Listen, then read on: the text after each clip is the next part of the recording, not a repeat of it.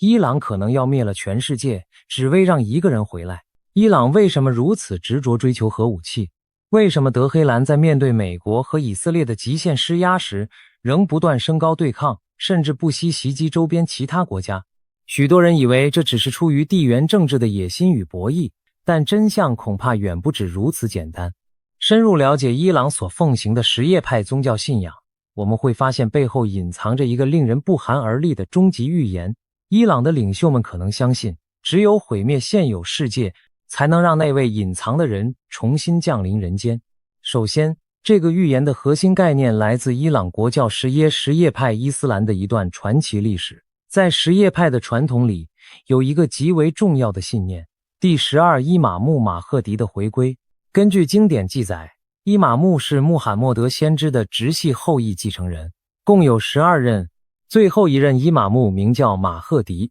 相传他在公元874年时年仅5岁，因躲避迫害而突然进入隐遁，从此消失无踪。但这并非故事的结局凄凄，相反，什叶派坚信，当世界末日临近时，这位马赫迪将重新现身，以救世主的身份领导正义之师战胜邪恶，为人类带来最后的和平与秩序。对虔诚的什叶派穆斯林而言，马赫迪就像基督教中的弥赛亚一样重要，他被视作安拉在末世派来拯救信徒的选民。许多预言详细描述了他出现的征兆，在他现身之前，世界将陷入前所未有的混乱与暴虐，战争、瘟疫、罪恶充斥，大地一片黑暗。就在绝望之际，马赫迪将得到安拉的允许重返人间，惩治暴君，伸张正义。可以说，先有大乱，后有大治。极端的乱世是引出救世主的必要条件。1979年，伊朗伊斯兰革命推翻国王，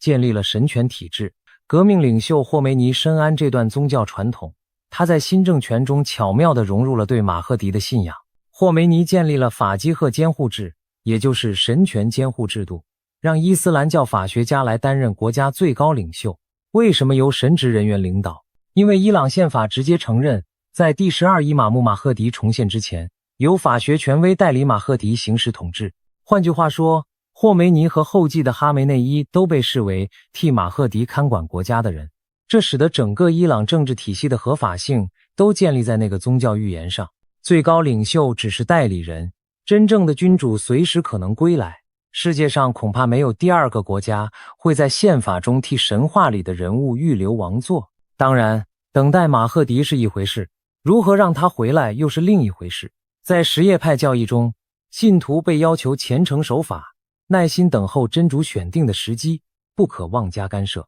然而，伊朗政权内部有一股更激进的声音，一些狂热的神学理论家认为，马赫迪的降临不该只是被动等待，而是可以透过人的行动来加速。这种思想被称为末日加速主义。末日加速主义者坚信，马赫迪归来有其前提条件，世界必须陷入彻底的混乱，大规模的战争和灾难，就像经典预言的末世景象那样。既然预言中说末日会有毁灭性的火光和杀戮，那么如果现实中还没出现，他们就要想方设法去制造。他们相信，只有当人类面临绝境，遍地都是血与火时，救世主才会不得不现身拯救世界。简单来说就是毁灭现有秩序，逼出新世界。这种逻辑听上去疯狂至极，但在某些伊朗强硬派眼中却是神圣的真理。和平反而被视为延宕神计划的障碍，战争和混乱则成了加速神计划的动力。这种心态解释了许多外人难以理解的现象。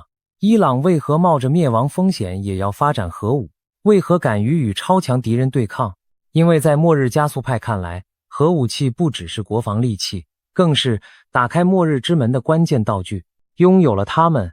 才能引爆足够大的灾难场景，让预言成真。天空中火光从天而降，大地上一片血海，这样马赫迪就会出现，带领大家走出黑暗。试想，如果一个国家的领袖真相信世界末日即将降临，他对待战争与核武的态度会是什么样？一般国家追求核武是为了自保与威慑，希望避免真正动用，但末日加速派则相反，他们追求核武正是为了有朝一日敢于率先引爆。对他们而言，毁灭不仅不可怕，反而是开启新纪元的序幕。有了这种信念支撑，他们在面对国际制裁和军事威吓时，也就异乎常人的强硬。当别人在谈判桌上权衡利弊时，他们心里想的可能是如何让谈判破裂、冲突升级，以早日迎来末日决战。事实上，这股思潮在伊朗革命后不久就开始萌芽。80年代，霍梅尼就曾严厉警告过一个激进团体——霍加提耶协会。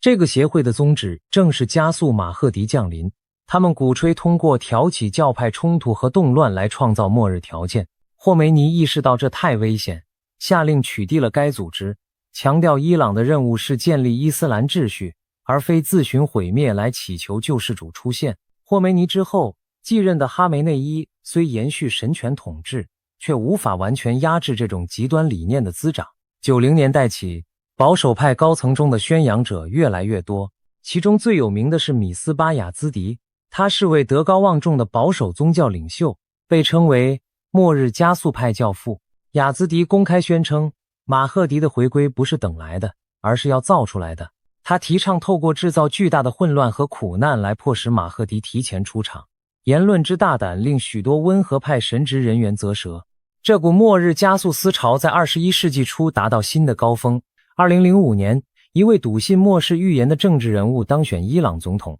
他就是马哈茂德·艾哈迈迪内贾德。艾哈迈迪内贾德上台后，对马赫迪降临表现出异常的热情。他在许多场合直言自己相信末日将至，并且积极做准备。据说他开会时总会预留一个座位给马赫迪，象征随时恭迎隐藏的伊玛目。他甚至斥资扩建了库姆附近的贾姆卡兰清真寺，因为传说那里是马赫迪显灵的地方，许多人会去那口圣井投递写给马赫迪的信。更夸张的是，艾哈迈迪内贾德在2012年联合国大会发言时，开场就高声祈祷，愿真主尽快送来伊玛目马赫迪，直接把末日信仰搬上了全球外交舞台，震惊了国际社会。他的一位幕僚透露，早在2005年他第一次在联合国讲话时，就感觉到有一道神光照在身上，所有人都屏息倾听。艾哈迈迪内贾德坚信，那正是隐藏的伊玛目在默默相助。这些言行在外界看来近乎疯癫，但在伊朗国内却得到不少宗教强硬派的支持。他们相信总统是在履行神圣使命。在那段时期，伊朗还出现了一些令人毛骨悚然的举动。2011年，一部名为《末日将至》的半官方纪录片悄然流传开来，片中宣称中东近年的战乱，如美军入侵伊拉克、真主党与以色列冲突、阿拉伯之春等，都对应了末世预言，暗示马赫迪即将现身。纪录片甚至把哈梅内伊、艾哈迈迪内贾德等人都比作预言中的天选帮手，意气风发地表示，黎明前的黑暗就要过去了。这部影片的片名译及马赫迪显现已经为期不远，引发了巨大的争议。许多温和派教士批评这是狂妄自大的不实宣传，但也有人相信影片道出了真相，伊朗正处于末世剧本的关键阶段。在末世信仰的推动下，伊朗对待核武问题的态度也更加强硬了。回想2010年代，伊朗一边和西方谈判核协议，一边暗中加紧浓缩铀步伐，态度反复。对他们而言，国际制裁再痛苦也能忍，因为他们觉得那是通往荣光的阵痛。2018年美国退出伊朗核协议后，伊朗更是明火执仗地恢复核活动，以至于国际原子能机构警告伊朗已经离拥核不远。2019年起，伊朗在波斯湾连续扣押外国油轮，击落美军无人机，试探着西方的反应。同年9月，也门的亲伊朗组织胡塞武装攻击沙乌地的油田设施，造成全球油价暴涨。这些举动表明，伊朗强硬派已经准备承受更大冲突来推进目的。他们甚至可能暗暗希望通过引发更剧烈的对抗，把局势一步步推向预言中的最终战场。不知不觉中，我们仿佛发现伊朗激进领袖正按照某种末日时间表在行动，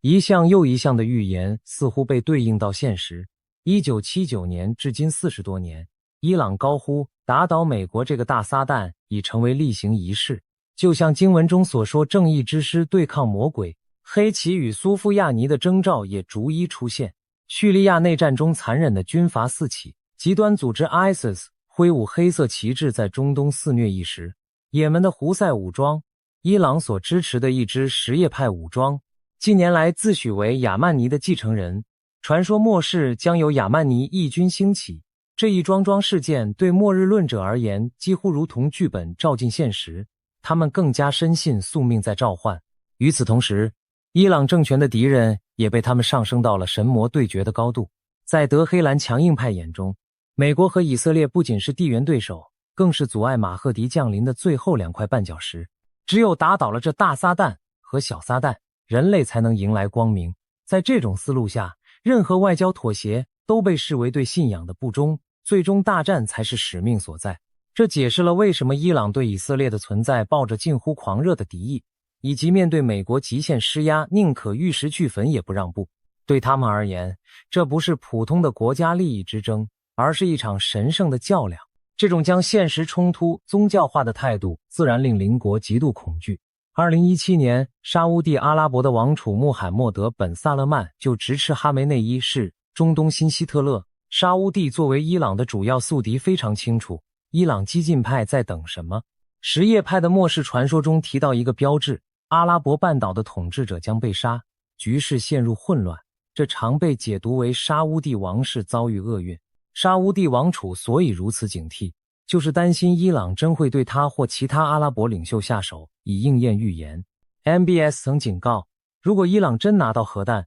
沙乌地也别无选择，只能立刻跟进发展自己的核武器，因为这已经不是石油争端，而是关乎生存权的终极圣战。中东各国纷纷绷紧神经，他们看到的伊朗不再是寻常理性的国家，而像是一个执着于毁灭性信仰的疯子。眼看着灾难的阴影越拉越长，国际权力格局也开始为之变动。2021年后，以色列和一些阿拉伯国家加速靠拢，组建某种非正式的反伊朗同盟。大家都明白，伊朗一旦练成末日武功，谁都无法独善其身，世界进入了危险的倒计时。2025年底，多家情报机构报告伊朗距离具备核弹已仅一步之遥，局势终于一发不可收拾。2026年初，中东爆发了人类历史上前所未见的剧烈冲突，以色列空军率先对伊朗境内的核设施发动精准打击，美国随后也对伊朗军事目标展开攻击，以防止伊朗报复盟友。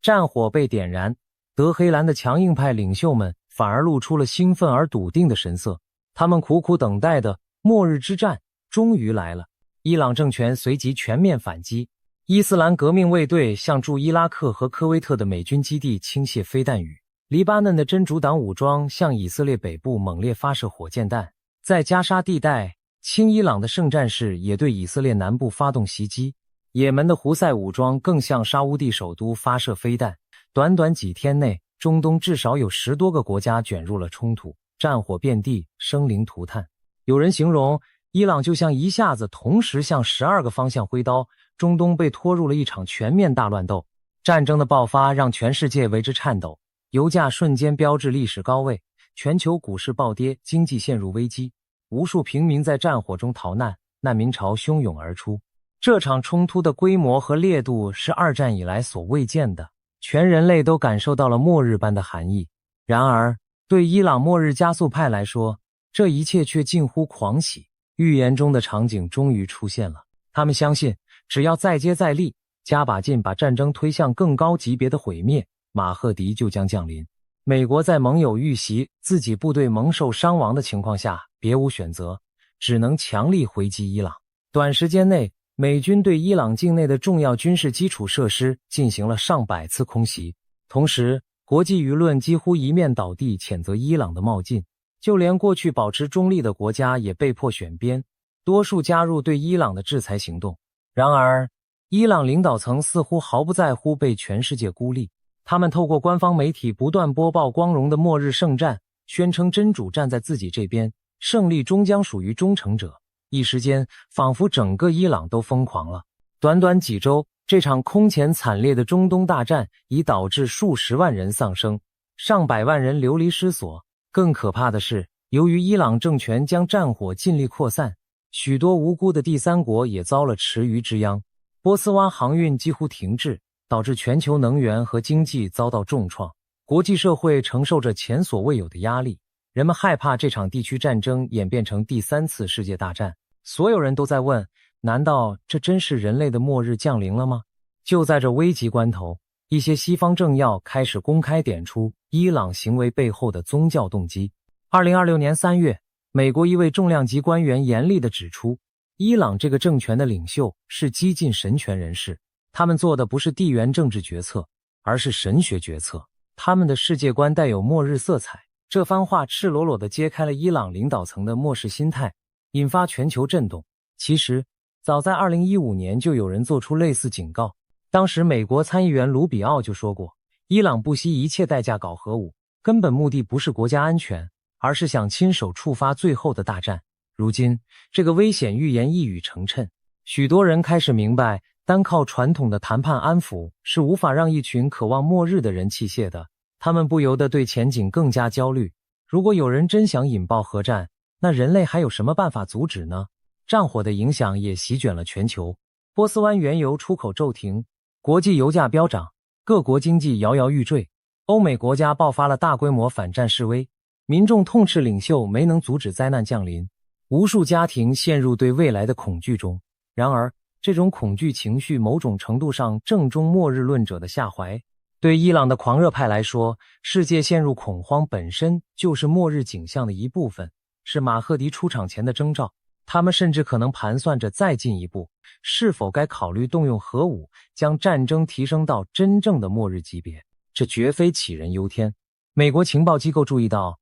伊朗革命卫队的核导弹部队已进入高度戒备状态。虽然伊朗尚未真正制造出完整的核弹，但他们可能掌握了一些所谓脏弹或高辐射装置，可以造成严重污染和恐慌。一旦伊朗真的孤注一掷使用这类武器，哪怕只是一次，小型核战也将成为现实，全球局势将彻底失控，那将真正应验圣经启示录中火烧全地的景象。说到圣经，其实在数千年前另一场预言中，也隐约出现了今日伊朗的影子。旧约以西结书第38章曾预言末日之战时，有个恶人哥格会联合多国侵袭以色列，其中特别提到会有波斯参战。波斯，也就是现代的伊朗，居然早已在西方的末世预言里占了一席。按照圣经的说法，这支邪恶的联军将被上帝亲自毁灭殆尽，正义在末日之战中获胜。于是有些基督教预言家也喊出了自己的警告，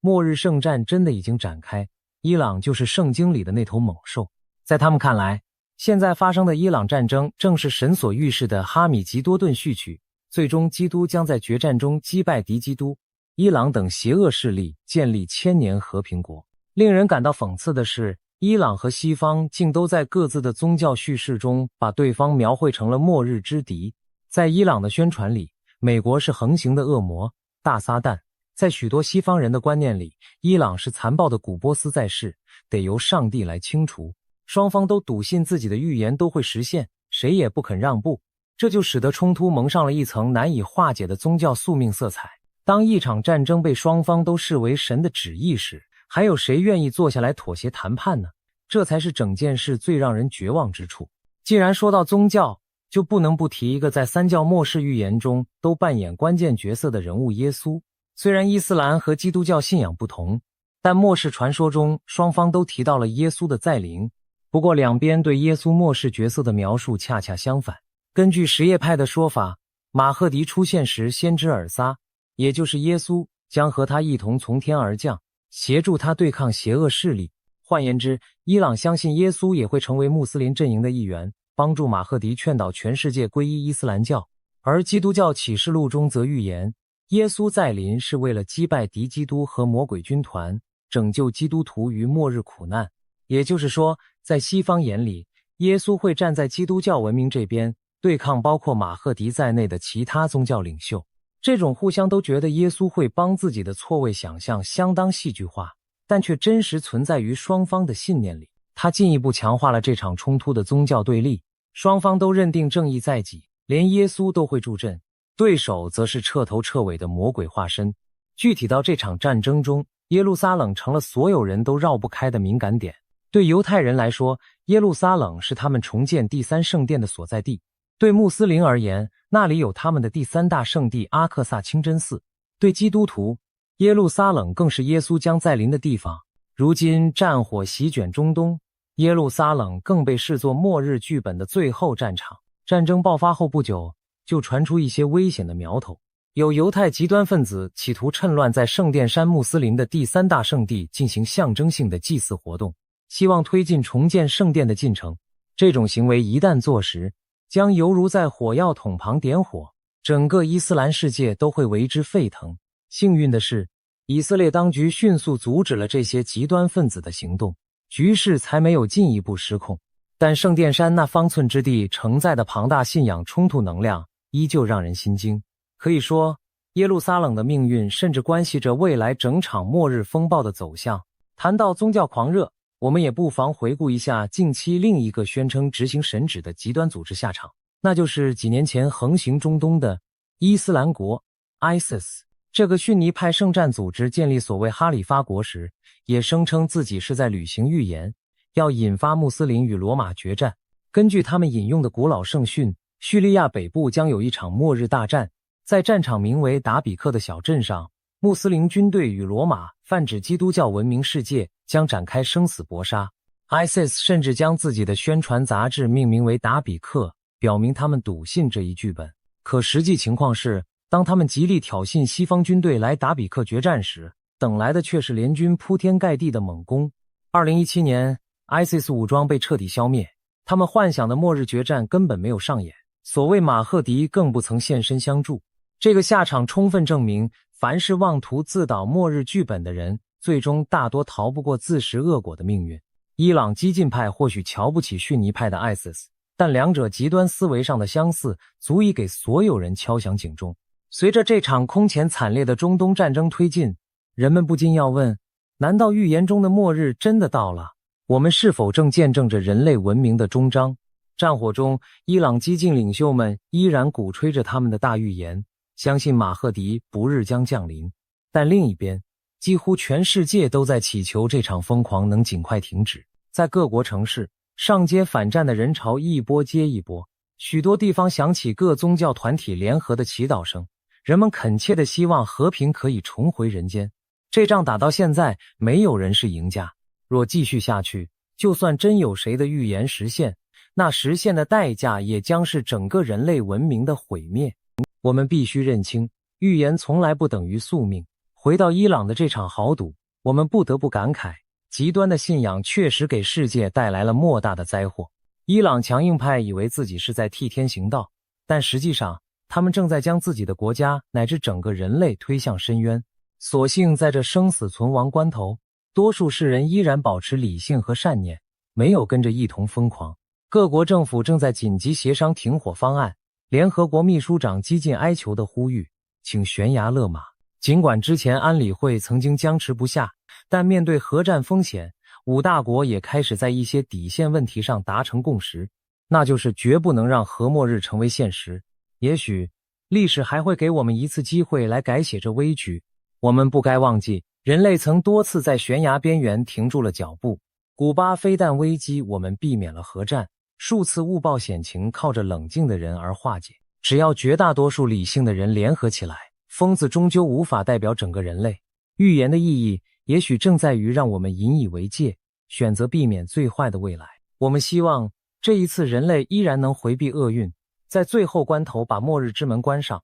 回到故事的开头，那个听起来离奇的预言，伊朗要毁灭全世界，只为让一个人回来。现在看来，这预言几乎被部分疯狂之徒付诸行动。但真正决定未来走向的，不是他们口中的神秘力量，而是我们所有人此刻的选择。只要我们齐心协力制止疯狂，明天依然有转机。或许多年以后再回望今天，我们会庆幸地说，幸好人类在最黑暗的时刻没有放弃理智，我们战胜了预言的阴影，迎来了属于自己的新黎明。今天我们来聊聊为什么许多西方先知的预言一次又一次将目光投向中国。从几百年前到当下，一些著名的先知们都曾暗示，中国将发生的大事件会震撼世界，甚至中国本身将成为全球预言的中心。这听起来不可思议，但当我们深入探讨这些预言的细节，不禁要问，难道冥冥之中真的有某种力量，让不同时代、不同背景的预言家都再次点名中国？还是说，这一切只是巧合？让我们从头说起，抽丝剥茧，一起探索这跨越时空的谜团。故事要从400多年前说起。法国的诺查丹马斯 Michel de Nostradamus 是西方历史上最负盛名的预言家之一。他在公元1555年出版的《诸世纪》中，以4行诗的隐晦形式预言未来。后人惊奇地发现，他的许多预言诗对应了后世的大事件，如法国大革命、拿破仑崛起、希特勒之战，甚至2次大战的爆发与结局，都似乎被他言中。因此，诺查丹马斯留下的预言一直广受研究与讨论。然而，与中国相关的线索更加神秘，一直到1994年，人们才在意大利国家图书馆的古籍堆中意外发现一部署名诺查丹马斯的手稿，里面不是文字预言，而是80幅奇异的水彩画。据说这是诺查丹马斯晚年绘制的预言画稿，画中布满象征符号、字母、火烛、星辰，乍看云山雾罩，但其中有几幅画令研究者背脊发凉，因为它们似乎直接对应当代中国的场景。其中一幅画描绘士兵手持利刃砍杀僧侣，士兵身穿绿色军装，而倒下的僧侣象征着信仰和修行者。让人毛骨悚然的是，绿色军装几乎是现代只有中共军队才普遍采用的颜色。这幅图让人联想到中国近代发生的宗教与精神信仰迫害事件，例如对佛教僧侣、西藏高僧，乃至1999年后对法轮功这类气功团体的镇压。诺查丹马斯画笔下的士兵砍僧场景，仿佛在预示中国发生过的那场信仰浩劫，令人不寒而栗。更震撼的是另一幅画，一条东方巨龙，龙身呈绿色，头却是人头，正被熊熊烈火焚烧。在巨龙背后，依稀可见一座东方式建筑物的轮廓，有人辨认出酷似北京天安门城楼的形象。西方文化中的龙往往是西方龙有翅膀、喷火的怪兽，但诺查丹马斯特地画出东方式的长龙，这条龙身披绿色鳞片，令人联想到中共的代表色，头颅似乎象征着某位掌权者，火焰将东方恶龙吞噬殆尽。画面上的隐喻不言自明，天火烧龙，亡者伏诛。换句话说，就是天灭中共。这幅画被解读为预言，在未来某个时刻，统治中国的共产政权将遭天谴灭亡，犹如人头恶龙被烈火烧毁一样。试想一下，这些画作如果真是诺查丹马斯所绘，那意味着在距今400多年前，一位法国先知已经看见了21世纪中国发生的事件，包括共产集权对信仰的镇压，以及最终这条红色恶龙的覆灭。这让西方许多预言研究者惊呼不已，难道中国的命运早就写在历史的笔墨中？更离奇的是，诺查丹马斯在诗集中对东方还有一些文字预言。我们知道他经常以隐喻方式描述人物和国家，例如称拿破仑为来自科西嘉的帝王，称希特勒为希斯特 Hister 等。而在多篇预言诗里，他提到东方出现一位非同寻常的人，其中一首诗写道，一位东方人将离开他的家乡，穿越天空、海洋和冰雪，用他的权杖唤醒世人。另一首提到，东方的贤者将带来全世界的改变。许多解读者认为，诺查丹马斯暗示在历史的今天，也就是21世纪之交，会有一位来自东方的伟大人物出现，给世界带来思想或精神上的觉醒。这让人不禁联想，会是谁呢？是某位东方的精神领袖，亦或引领中国变革的关键人物？诺查丹马斯没有指名道姓，但东方圣人的意象一直引人遐想。除了人物和图像之外，诺查丹马斯对当今时局的预警可能还包括战争。有研究者把他的预言诗与年份对照，发现他在某些诗句中提到了7个月的大战争和7艘船的海战等等。有人将这解读为2026年前后，东亚海域可能爆发一场持续7个月的激烈冲突，甚至涉及多方舰队的海上对峙。巧合的是，如今台海与南海局势紧张，各国军舰在亚洲海域你来我往。如果未来真有7方势力、7艘战船在此交锋，那和诺查丹马斯诗中描述的场景何其相似。另一段广为人知的诗提到东风将席卷西方，许多人认为这预示东方势力可能指亚洲或中国的崛起和对世界的重大影响。当我们把这些线索拼凑起来，一幅图景浮现。早在文艺复兴时期，西方就有先知预见了一条巨龙，象征中国政权兴起于东方，并最终陨落。还预见东方的力量和人物将深刻改变世界的走向。从诺查丹马斯所处的16世纪跨越到20世纪，在西方出现了另一位被誉为先知的人物——艾德加·凯西 （Edgar Cayce）。他被称为沉睡的预言家，因为他常常在自我催眠的沉睡状态下为人解答未来。据称一生留下了1万多条预言记录。凯西的许多预测后来都得到验证。他预言了第一次世界大战的结局、经济大萧条、印度独立、以色列建国，甚至预言了苏联会在几十年后放弃共产主义等等。在众多预言中，关于中国的预言最让后人玩味，因为内容实在令人意想不到。凯西早在1920年代就提到了中国的未来。在1925年1月的一次阅读预言解读中，他主动说出一段让在场者莫名其妙的话：中国将有非常特殊的日子，他会通过缓慢的成长来保存自己。有一天他将醒来，剪掉辫子，开始思考并实践。要知道，1925年的中国正处于军阀混战和社会动荡中，剪掉辫子象征摆脱清朝传统，走向现代化。凯西仿佛在形容中国正在酝酿一次觉醒。而更惊人的是，他接着预言，有一天，中国那里将成为孕育斯基督教的摇篮，并将其应用于人们的生活中。是的，对人而言那是遥远的，但对神而言很快很快，中国将醒来。这段话让当时的西方听众大为震撼又困惑。中国成为基督教的摇篮，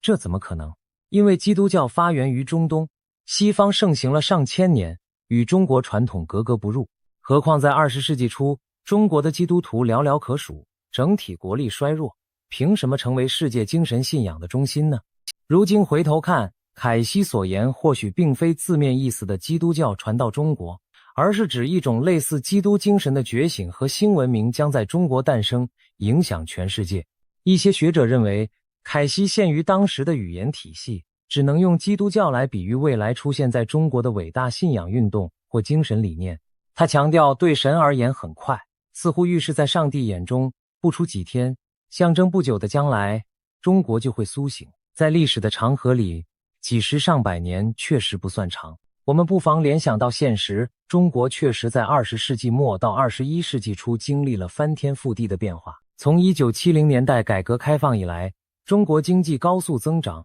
综合国力崛起，被视为沉睡的狮子苏醒。这是否对应了凯西预言中中国将缓慢成长并保存自己，然后醒来的一段？而在精神文化领域，中国自90年代以来也涌现出许多新的思潮和团体。例如1992年起源于中国的气功修炼法轮功，一度吸引上亿人修习，其核心理念强调真、善、忍的道德提升，这颇有宗教复兴的意味。还有地下家庭教会的兴旺，数千万人信奉基督教，新教徒的人数甚至接近西方大国。可以说，在物质发展的同时，中国社会的精神追求也在暗流涌动。有人把这解读为对凯西预言的印证，中国正在孕育属于自己的灵性觉醒。这种觉醒一旦成熟，将对全人类产生深远影响，犹如当年的基督信仰改变西方一样。除了长远的精神预言，凯西对中国短期的命运也有惊人之语。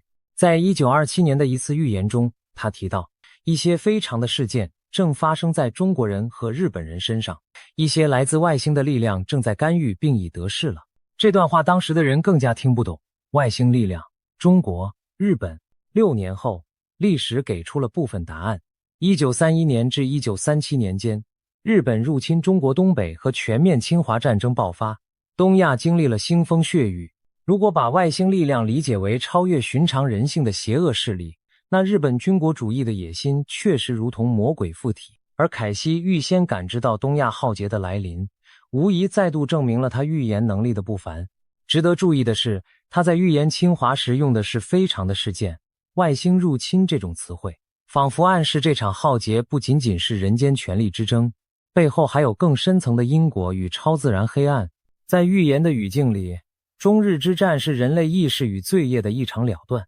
这又让人联想到今天中共政权对内镇压、对外扩张所引发的国际担忧。许多人觉得其中夹杂着一种邪恶意识形态的扩散。难道凯西早早就看见了东方巨龙背后潜藏的阴影？更耐人寻味的是，凯西在二战结束前预言了苏联会摒弃共产主义。他说俄国有一天将摆脱无神论的桎梏，成为希望之地。几十年后，苏联果然解体，俄罗斯放弃了共产集权体制。这预言的实现令世人叹服。那么，人们不禁要问，既然凯西预见了俄国的转变，他有否暗示中国的一党集权也会走向终结？虽然他没有明言中国政治制度的变革，但前面提到他对中国觉醒和精神复兴的描述，可能隐含着同样的逻辑。中国终将甩开禁锢，进入全新的境界，或许包括政治自由、社会开放，从而真正以文明古国的底蕴引领世界。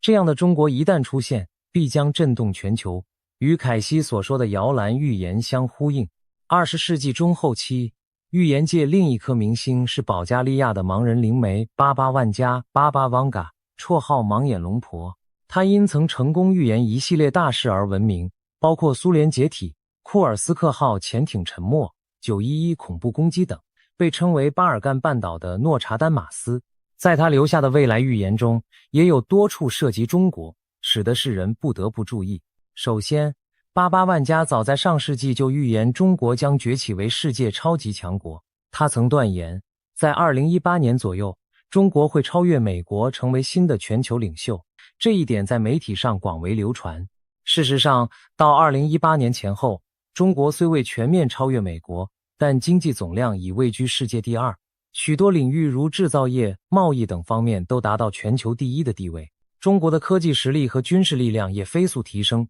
国际影响力日增。可以说，巴巴万加的这条预言在时间节点和大趋势上相当切合。过去几年，世界见证了所谓中国时代的到来，许多人惊叹于中国的飞跃式发展，这仿佛正是他眼中东方巨龙称霸的开始。然而，万加对中国的预言并非只有光鲜的崛起，还有伴随而来的巨大动荡，特别是对未来几年的描述更是令人心惊。他警告说，在2026年，和平将被打破，世界将陷入混乱。根据外界整理他的预言内容，2026年将出现3重灾难夹击：地缘政治冲突、气候危机加剧、人工智慧带来的影响，共同动摇人类社会。而在地缘政治方面，他最骇人听闻的预言是，第3次世界大战的火种将在2026年点燃。万加指出，这场大规模冲突将涉及世界主要强国，战火将从东方开始，然后蔓延到西方各州，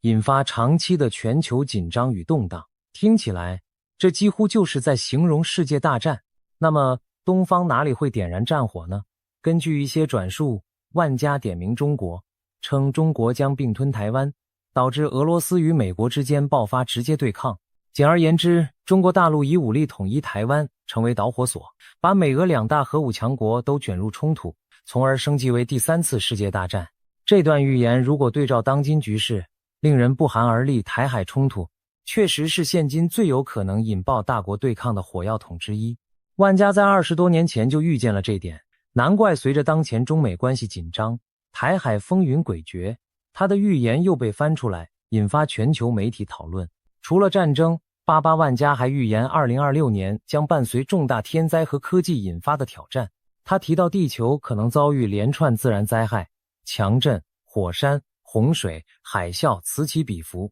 极端气候肆虐，全球约 8% 的地区会受双重灾害打击。同时，他说人工智慧 AI 的崛起将在2026年达到关键点，人类社会可能被 AI 全面渗透，甚至开始质疑如何摆脱智慧机器的控制。在预言中，这一年仿佛是人类面临多重考验的关键转折点。更离奇的是，万加似乎还提到外星人将于2026年现身。他说人类会在那年11月与来自宇宙的智慧生物有首次接触，一艘大型太空船将降临地球。这听起来几乎像科幻情节，但也凸显出他眼中的2026年有多不平凡。天上地下，各种不可思议的事都可能发生。当然，关于外星接触的说法，大多数人持保留态度，但战争和灾难的预警却不能不令人担心。试想，如果2026年真如万加所言，台海爆发战端，美俄卷入对抗世界强权撕裂战火，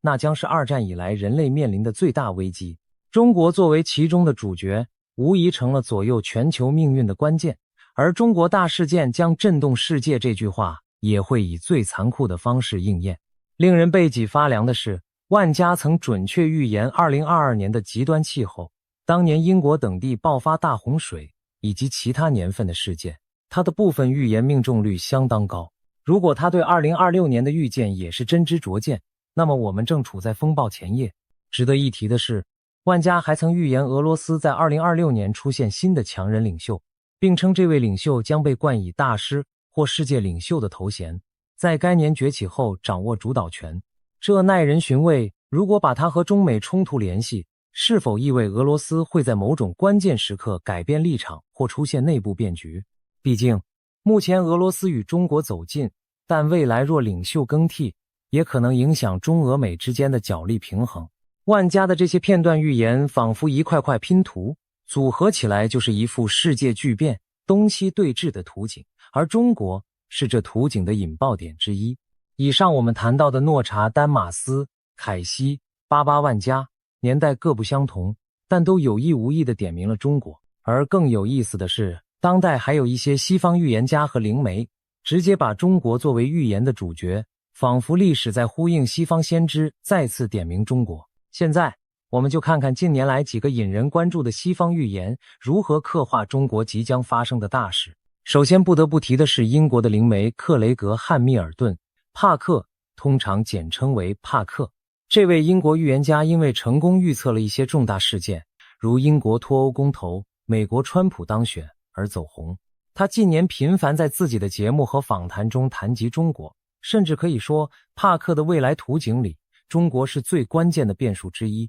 帕克对中国的预言主要集中在两方面，一是对外的军事冲突，二是对内的政权变革，两者相互交织。帕克在2024年初曾公开表示，他在灵视中看到了台湾附近将有刀光剑影。他具体描述，在台湾周边一些有争议的小岛上可能发生武装冲突，我感觉有人拔出了刀剑，好像中共夺取了你们的一个岛屿。这暗示大陆可能对台湾外围的小岛，例如金门、马祖或南海岛礁，动手发生局部军事冲突。他强调自己不认为中共能征服台湾，但某种军事行动在所难免。帕克推测，这场冲突的导火索很可能是一场意外。他以前曾预言过可能有飞机撞击事件，或者潜艇相撞等等。现在看来，台海上空和海域的中美中台军机军舰对峙频繁，一次走火误判就可能酿成严重冲突，这和他的预感不谋而合。我感觉其中一次会出事。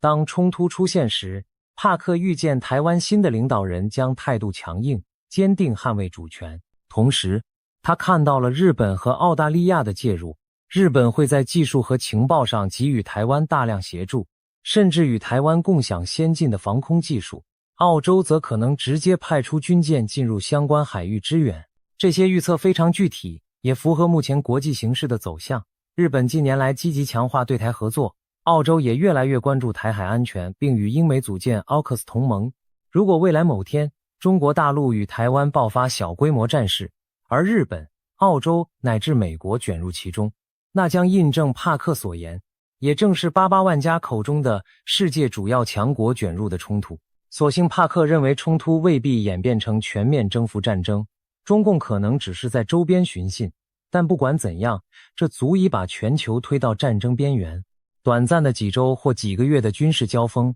都将严重冲击全球市场与安全格局。这难道不正是震动世界的大事件吗？不论胜负如何，光是中国和美日澳在西太平洋直接对抗，就会是二战后前所未见的剧烈变局。帕克对中国的预言更令人瞠目的是内部巨变部分，他直言不讳地多次预测，中国执政的共产政权将走向崩溃。在他的远见中，他看到了中国经济出现严重问题，埋下政权不稳的种子。比如，中国近年房地产和债务风险积累，经济增速放缓，可能引发社会不满。一旦物质生活不再增长，人们对统治者的容忍度就会降低。帕克感觉中国的统治基础相当脆弱，政府维持稳定的合法性，很大程度上来自持续数十年的经济繁荣和民众物质生活改善。如果经济一旦陷入困境，人民对政权的态度可能急转直下。他预言，最终中国会分崩离析，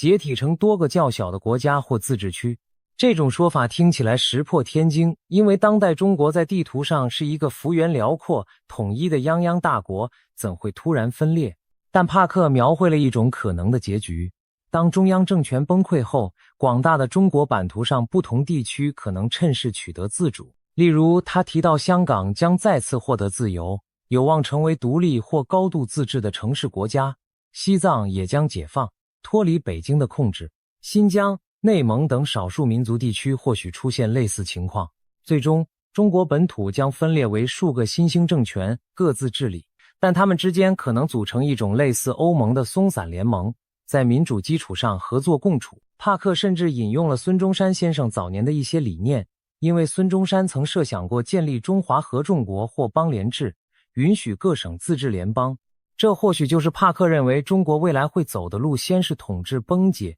继而在新的民主原则下重组。试想，一个统治中国大陆超过70年的政治体制土崩瓦解，13亿以上人口的国家秩序被改写，这将对世界造成何等冲击？东亚地缘格局将彻底变样，全球经济链条瞬间断裂重组，各大国势力范围被重新划定。冷战结束时，苏联解体都已经造成巨大波澜，而中国的体量比苏联更大，与世界的联系更深。倘若真按帕克预言那样四分五裂，将是近代以来最震撼的地缘政治事件，完全称得上震动世界。帕克并未给出确切的年份，但在不同场合他暗示这个进程已经开始倒计时。他提醒要注意未来几年的经济动荡和权斗，可能在2025年前后出现关键转折。也有解读认为他所说的清算之年是指2026年，届时若中国陷入战事与经济危机的双重压力，政权可能走向冰川式崩塌，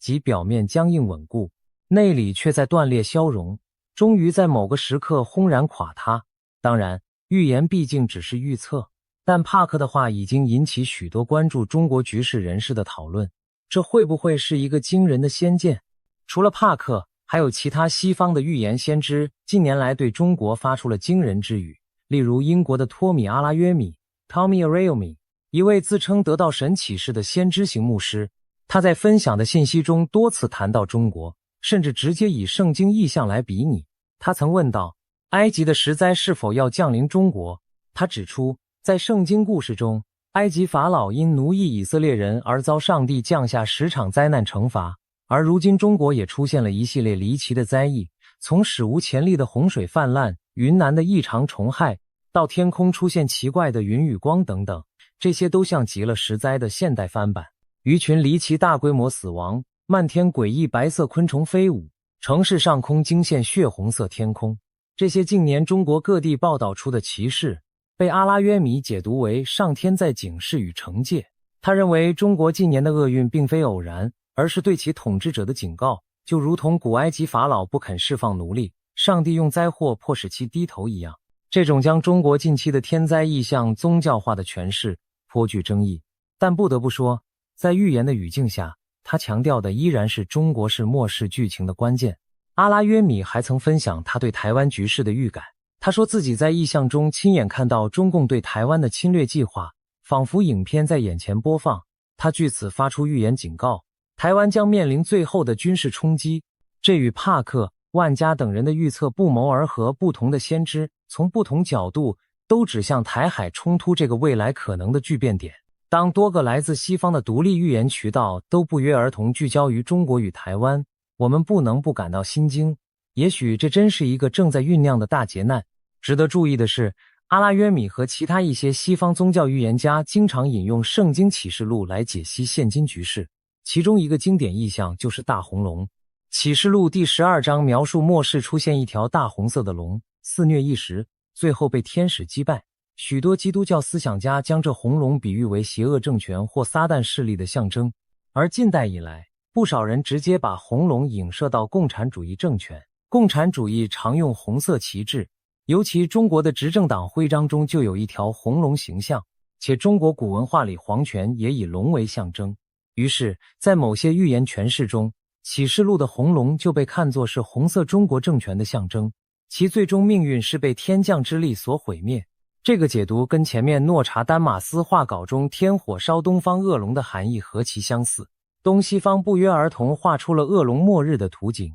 令人不胜唏嘘。此外，启示录第16章还提到末世之战，东方的众王将率领2亿大军横跨干涸的幼发拉底河，参与最后的大决战——哈米吉多顿之战。当这段经文在20世纪被重新审视时，人们惊讶地发现，古往今来能动员2亿军队的，现实中似乎只有拥有14亿人口的现代中国。尤其在60年代，中国正式建立了人民解放军的庞大武装。在对照圣经里来自东方的2亿军兵，很多圣经学者开始猜想，难道启示录早已预见了东方将有一只空前绝后的雄狮？而那东方众王是不是指中国及其盟友在末日时参与全球战争的角色？如果这种解读成立，那么连2000年前的宗教经典都把中国或东方大国放在了结局时刻的核心位置。西方的信徒们读到这里，也会不由自主地把目光投向现代的中国，因为他们相信那关乎全人类命运的剧目很可能会以中国势力的动向为引线。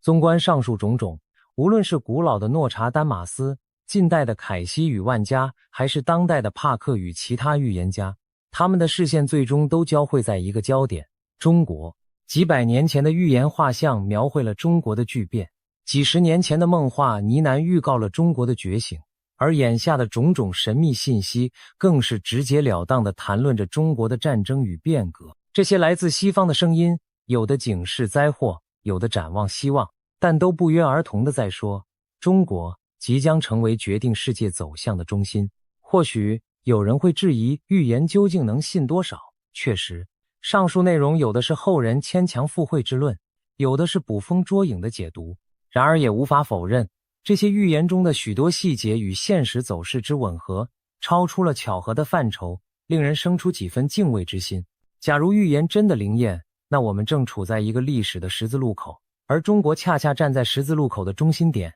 为什么西方先知再次点名中国？也许从现实分析，他们看到的是世界权力东移的趋势。21世纪的国际秩序中，中国举足轻重，因此任何全球性事件都绕不开中国，这是显而易见的道理。有中国参与或引发的事件，往往就具有全球影响力。比如2008年金融危机后，中国成为拯救经济的重要引擎；又比如2019年底爆发的新冠疫情从中国蔓延全球，改变了整个世界的轨迹。当今的中国早已不是古代那样闭塞孤立的存在，而是深深融入全球化的体系里。因此预言家们聚焦中国，也许正是反映了这种国际现实。牵一发而动全身，中国的一举一动都可能带来连锁反应。预言只是换了一种语言，讲出了地缘现实的重要。然而，许多先知预言中的中国角色并非只是普通的大国崛起那么简单，他们赋予中国某种宿命般的意义，要么是灾难的引爆点，要么是救赎的希望之源。在他们的叙事里，中国仿佛背负着全球的因果，将在关键时刻拨动历史天平。这种带有命运论色彩的观点，或许来自东西方长期文化积淀的奇妙共振。毕竟，中国本身也有大量古代预言，从推背图、烧饼歌到刘伯温碑文，无不预示着朝代循环与末世浩劫。那些古老汉语写就的预言，几乎都指向一个结局：在经历大动乱、大灾劫后，中国以及世界将迎来新的圣人出世，新的太平盛世。这与西方预言家口中的剧本惊人的相似，只不过西方人用的是他们熟悉的意象，龙、兽、上帝等，中国人用的是自己的符号，天灭、圣人、太平。当两边的预言内容开始印证彼此时，我们仿佛看到了一种穿越文化的神秘力量，它在不同语言的预言中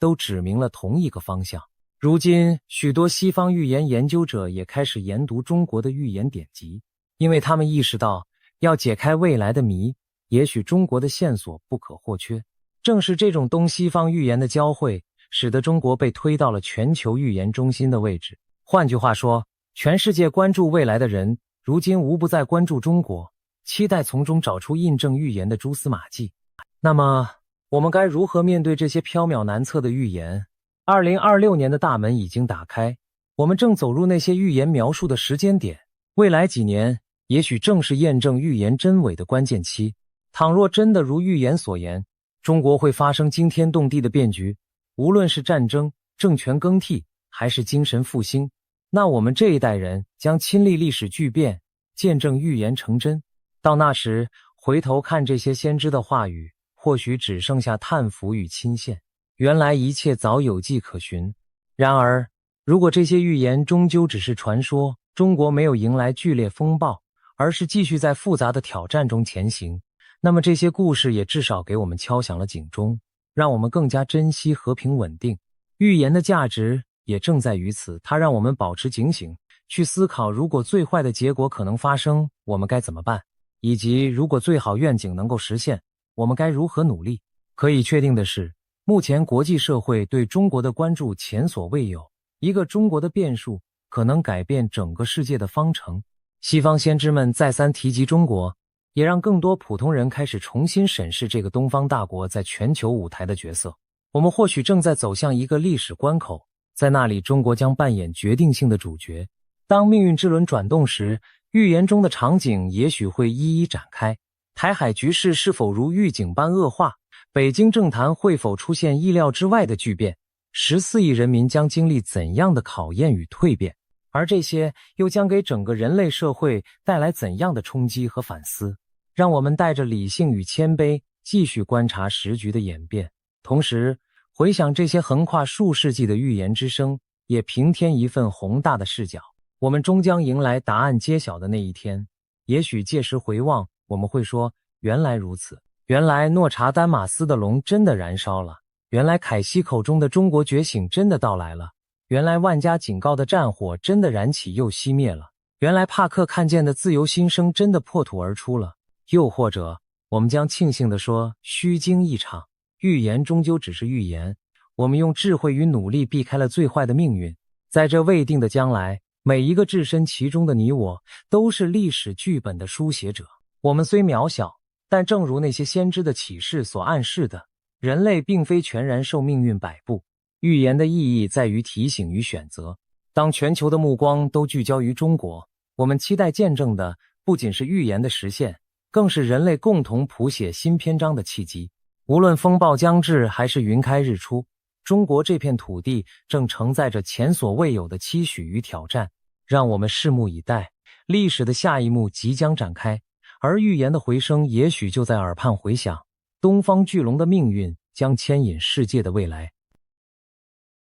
从美国总统川普在2016年意外当选，英国脱欧公投结果，到伊丽莎白2世女王的辞世，以及新冠疫情的爆发，帕克都曾提前预言过，精准程度令人叹服。然而，如今帕克最新抛出的对2026年的一系列预言，更是让人既震撼又不寒而栗。尤其是其中几项已经开始应验。他曾警告今年3月中东会有针对伊朗最高领导层的攻击事件，没想到真的在3月初上演，连伊朗最高领袖都遭到了致命打击。这让帕克的其他预言瞬间成为全球关注的焦点。这些预言涵盖了伊朗、台海、东亚局势的巨变。它不仅点明中国的未来走向，还暗示了一个关乎全人类命运的天机。这些惊天动地的预言到底说了什么？我们今天就一起来深入探讨。首先，帕克给2026年下了一个标签：清算之年。他的意思是，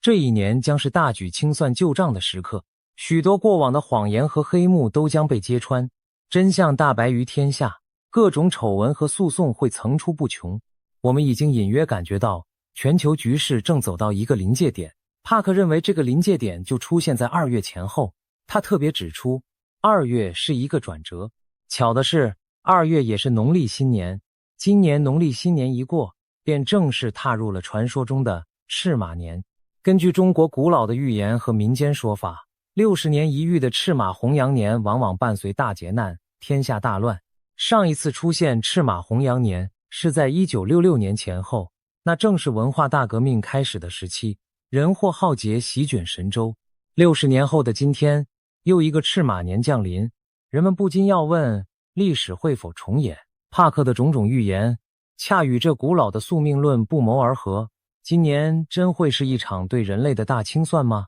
帕克认为很可能是的。接下来我们聚焦帕克预言中的第一张骨牌，中东的引爆点。帕克早在去年底警告， 2026年3月将成为全球局势的第一个关键节点，而关键就出在伊朗。他预见伊朗局势会急剧升温，甚至可能出现针对伊朗最高权力核心的精准军事打击，动摇政权根本。这番话在当时听来惊心动魄，难道有人会斩首伊朗最高领导人？然而短短几个月后，现实竟以近乎戏剧性的方式印证了他的预言。2月28日，美国和以色列突然对伊朗发动了军事打击，摧毁伊朗部分核设施。伊朗随即向临近波斯湾的多个国家发射飞弹和无人机报复，中东局势瞬间陷入极度紧张。紧接着3月1日，伊朗官方证实一条震撼消息：伊朗最高领袖阿里哈米尼遇袭身亡。这可是伊朗现代史上从未有过的巨变，等于整个宗教政权的权力中枢被连根拔起，一时间全球哗然。随即人们想起了帕克的警示，他不是早就说过3月会有针对伊朗高层的攻击吗？如今一语成谶，帕克再次成为舆论焦点。事实上，帕克对这场中东冲突的细节也有所描绘。他形容伊朗可能会动用从俄罗斯或中国获得的尖端武器技术，对美国的一艘航空母舰发起攻击，引发舰上重大火灾和伤亡。试想一下，美国海军的巨无霸航母突然中招燃烧，这将会多么震撼。随后美国与以色列定会雷霆反击，对伊朗进行高强度的精确打击。帕克强调，这场冲突不一定会发展成长期的大规模地面战争，更可能是一场速战速决的定点清除行动，用最短的时间瘫痪伊朗的核设施和指挥系统。结果如他所预言，伊朗的权力核心真的受到了冲击。最高领袖身亡的消息一出，伊朗国内随即爆发大规模示威，民众走上街头抗议、哀悼，甚至要求变革。统治了几十年的宗教政权眼下摇摇欲坠。帕克早就说过，一旦最高层出事，伊朗内部将面临剧烈震荡，宗教领导体制可能不保。眼下看来，伊朗正在朝着这个方向发展，政局动荡，权斗暗涌，或许一场革命正在酝酿。若真如此，帕克的预言将不仅仅是命中目标，而是深刻改写了一个国家的历史走向。伊朗巨变尚在发酵，帕克的视线已经转向东亚，点出了另一处火药库——台湾海峡。帕克直言，2026年亚洲局势的焦点就在台湾。他甚至把今年形容为战争的彩排，意思是大规模冲突或许不会全面爆发，但各方已经开始演练，预演一场可能的战争。这听起来不寒而栗，台海会有多紧张，竟被称作战争前哨的彩排。帕克进一步预测，区域紧张将在今年显著升高，甚至可能出现意外事件将局势引爆。他具体提到了一种可能，台海之间也许会发生2架军机相撞，或者2艘潜艇碰撞的意外事故。试想，如果台湾与中国大陆或者美日与中方的军机军舰在海上擦枪走火，撞在一起，那将是何等惊险的场面。如此意外极可能成为导火索，一瞬间把台海紧张推向失控。帕克说，这场事故将导致台海局势迅速升级，甚至牵动日本。也就是说，日本可能被卷进来，毕竟台海一旦开战，地缘上最接近的日本不可能置身事外。美日同盟早已表态要维护台海稳定，一旦台海冲突爆发，日本极可能跟随美军行动。这种多方卷入的场景，让人不由自主联想到第一次世界大战前的巴尔干火药桶一个偶发事件牵连多国，最终点燃全球战火。帕克分析，导致北京在台湾问题上可能铤而走险的深层原因是内部压力。目前中国经济问题缠身，房地产市场低迷，失业率高企，地方债务沉重，经济增长趋缓。内外交困之下，北京当局也许会选择对台强硬来转移矛盾，刺激民族主义，以巩固自身统治。这其实在历史上也屡见不鲜。当独裁政权陷入困境时，往往会挑起外部冲突来转移视线。帕克认为，2026年的中国正处于这样一个危险的十字路口。那么，一旦台海爆发冲突，会有多严重呢？帕克用了非常惊人的比喻，这场冲突的规模与冲击可能让俄乌战争相形见绌。要知道，俄乌战争已经是近年来世界上最严重的冲突之一，造成数万人伤亡，经济制裁席卷全球。而帕克却说，台海若开战，俄乌战事相比之下都只是局部事件。可见在他眼中，台海战火一旦点燃，将牵动的力量和版图之大，远超一般战争。因为这不仅仅是两岸之争，背后是世界最强大的几个国家在角力。帕克直指，如果冲突扩大，美国将公开站在台湾一方，俄罗斯则倾向支持中国。美俄这两大核武强权如果间接碰撞，其影响绝非乌克兰战场能比。这样的剧本几乎就是第三次世界大战的雏形。听到这里，很多人可能冒出冷汗，帕克是在说第三次世界大战要来了吗？值得庆幸的是，他本人也澄清，虽然看起来有这种可能，但我并没有预言真的会爆发第三次世界大战。换言之，局势会极度紧绷，濒临世界大战的边缘，但未必真的全面失控到全球战火一发不可收拾的地步。我们可以把它理解为一场极其惊险的准危机，世界踩在钢索上摇晃，但或许不至于坠入深渊。更耐人寻味的是，帕克对这场台海危机的最终结果给出了一个出乎意料的展望。一般人可能会担心台湾的命运，会不会被武力并吞，会不会重演乌克兰遭入侵的悲剧，但帕克明确说，台湾不会因此被并吞。他强调，虽然冲突惊天动地，但最终并非一边倒的悲剧结局。相反，中国自身将在冲突后面临更剧烈的内部震荡。换句话说，这场冒险最终伤到的将是北京当局自己。帕克预言，台海之战将成为中国政治结构深层变动的导火索，中南海权力核心将受到前所未有的挑战，甚至可能导致政权更替。他用了个形象的比喻，称这种变化犹如冰川裂解，一开始或许只是体制出现细微裂痕，但随着压力累积，那些裂缝会越撕越大，终有一天导致整个权力冰山轰然崩塌。想象一下，曾经钢铁般稳固的中共政权竟然开始出现裂缝，并一步步走向瓦解。帕克甚至进一步描绘了中国未来的图景，他认为中国最终可能朝向区域化治理发展，逐步转型为类似欧盟架构的松散体系。也就是说，中国大陆可能不再由单一的共产党中央集权统治，而是分裂成若干相对独立的区域或小国，各自自治，彼此之间建立某种联盟关系，类似欧盟那样共享经济和安全架构。届时，国家边境将更加开放，人们可以自由地往来贸易，民主制度在各地逐渐成为主流。换言之，今日我们所熟知的那个专制高压的中国，在经历这场巨变后将不复存在，取而代之的可能是一个全新的、多元且开放的新中国，或者说一系列新的国家联盟。这番预言可谓石破天惊，中国幅员辽阔，人口庞大，如真走到四分五裂的地步，对全球的政治经济影响都将是革命性的。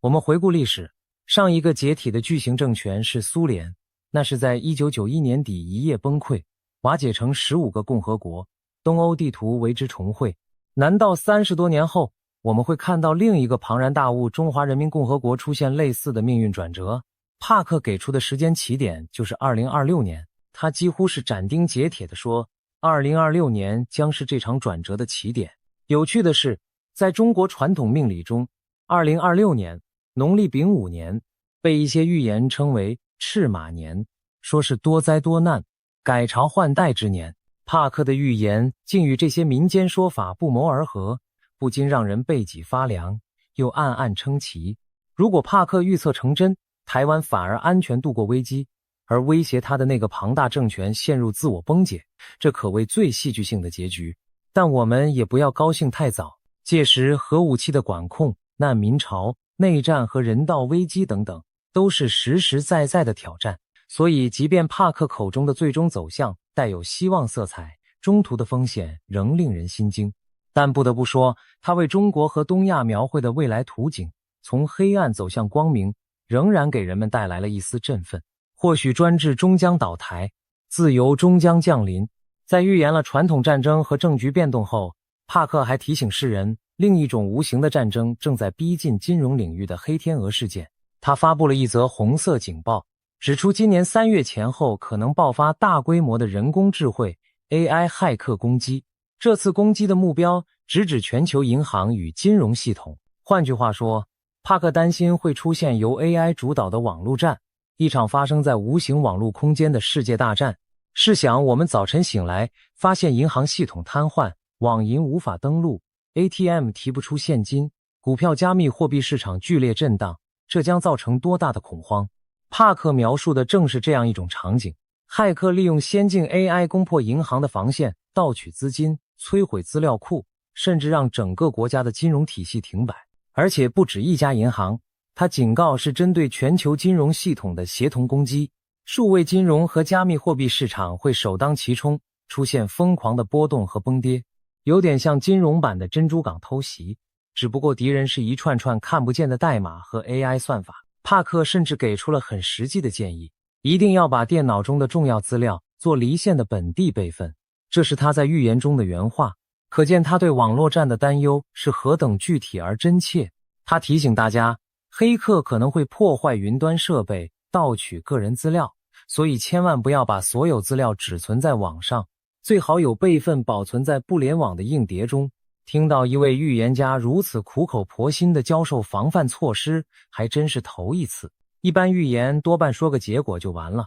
像帕克这样直接支招，快去备份资料，小心你的云端账户的，足见他对这场网络浩劫的重视。也许在他的视野中，这场 AI 网攻几乎板上钉钉，因此才不厌其烦地提醒公众提前预防。不可否认，我们的时代确实存在这个隐患，各国金融体系越来越高度数位化、互联化，一旦爆发大规模网络攻击，后果不堪设想。过去我们经历过银行被害、交易所失窃的案例，但多是局部事件。如果帕克所言成真，今年可能来一场 AI 骇客联合大战，各国央行、商业银行、证券交易所都成为靶子，那将是一场没有硝烟的经济珍珠港，对全球经济的杀伤力或许不亚于一场世界级战争。一夜之间资产归零、信用消失的恐怖，我们谁都不想体验。帕克的预警虽然骇人，但或许也是善意提醒我们未雨绸缪，加强网络安全意识，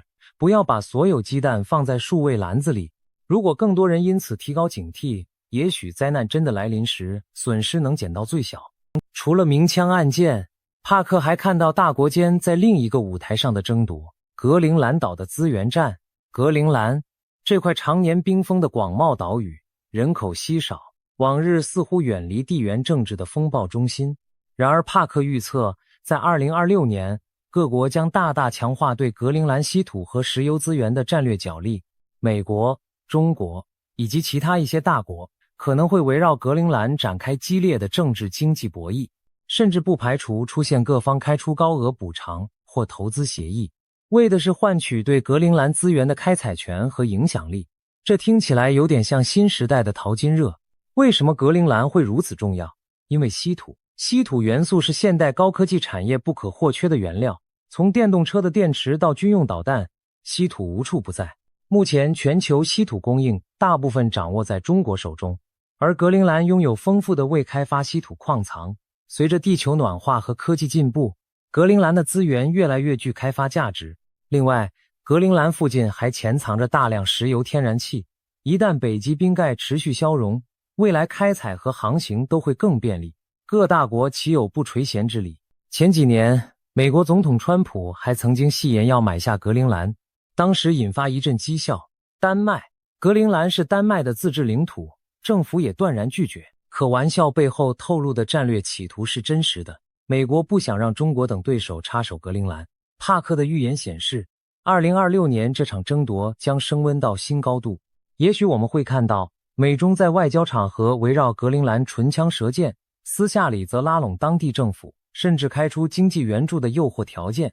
可能出现某种大型协议，比如给予格陵兰巨额资金以换取采矿许可权等交易。而丹麦和格陵兰自治政府则要在大国夹缝中求存，既想发展经济，又怕卷入博弈。这种情节在冷战时期常见于中东和非洲，如今却要发生在极北之地，令人感叹时代变迁。未来几年内，格陵兰这片冰雪荒原或许会成为世界新闻的热点，不是因为冰川风光，而是因为大国博弈的热火朝天。讲完了人祸，帕克接着把目光投向天灾。他特别点名日本，警告2026年8月前后，日本北部地区可能发生重大环境异常事件。这一点也令日本媒体高度关注，毕竟日本人对地震、火山灾害是极为敏感的。帕克引用了古老的预言资料，说这次异常与海底火山活动有关，将会产生大量有害气体，画面就像巨大的毒气云笼罩在天空。这是什么恐怖场景？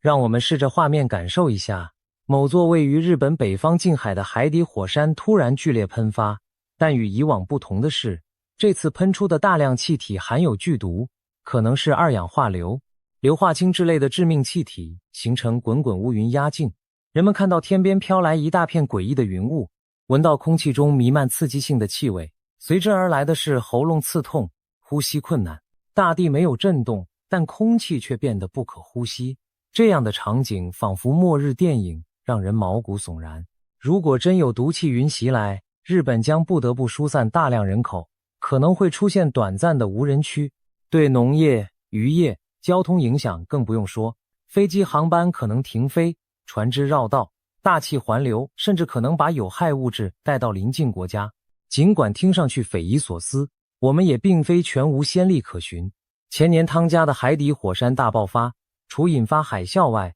也喷出了大量气体直冲平流层，对全球气候产生影响。日本本身更是火山众多，像富士山、阿苏山都潜伏巨大能量，北部邻近的千岛群岛海域、北海道近海也有许多活跃的海底火山。如果今年真如帕克预言的那样出现异常喷发，引发毒气危机，那将是日本乃至东亚前所未见的灾难。帕克的这个预警无疑是要提醒日本和周边国家对自然的警惕一刻不能松懈，因为老天爷也许正在酝酿一场大考验。更巧合的是，就在帕克预言日本灾难的同时，另一位占星师朱蒂伊·帕特里也提到，今年下半年国际上一些领导人可能面临安全风险。帕克本人更是直接点明了2个重量级目标，一个是美国总统川普的家族成员，另一个是印度总理莫迪。这就不得了了。川普家族当然以川普本人为核心，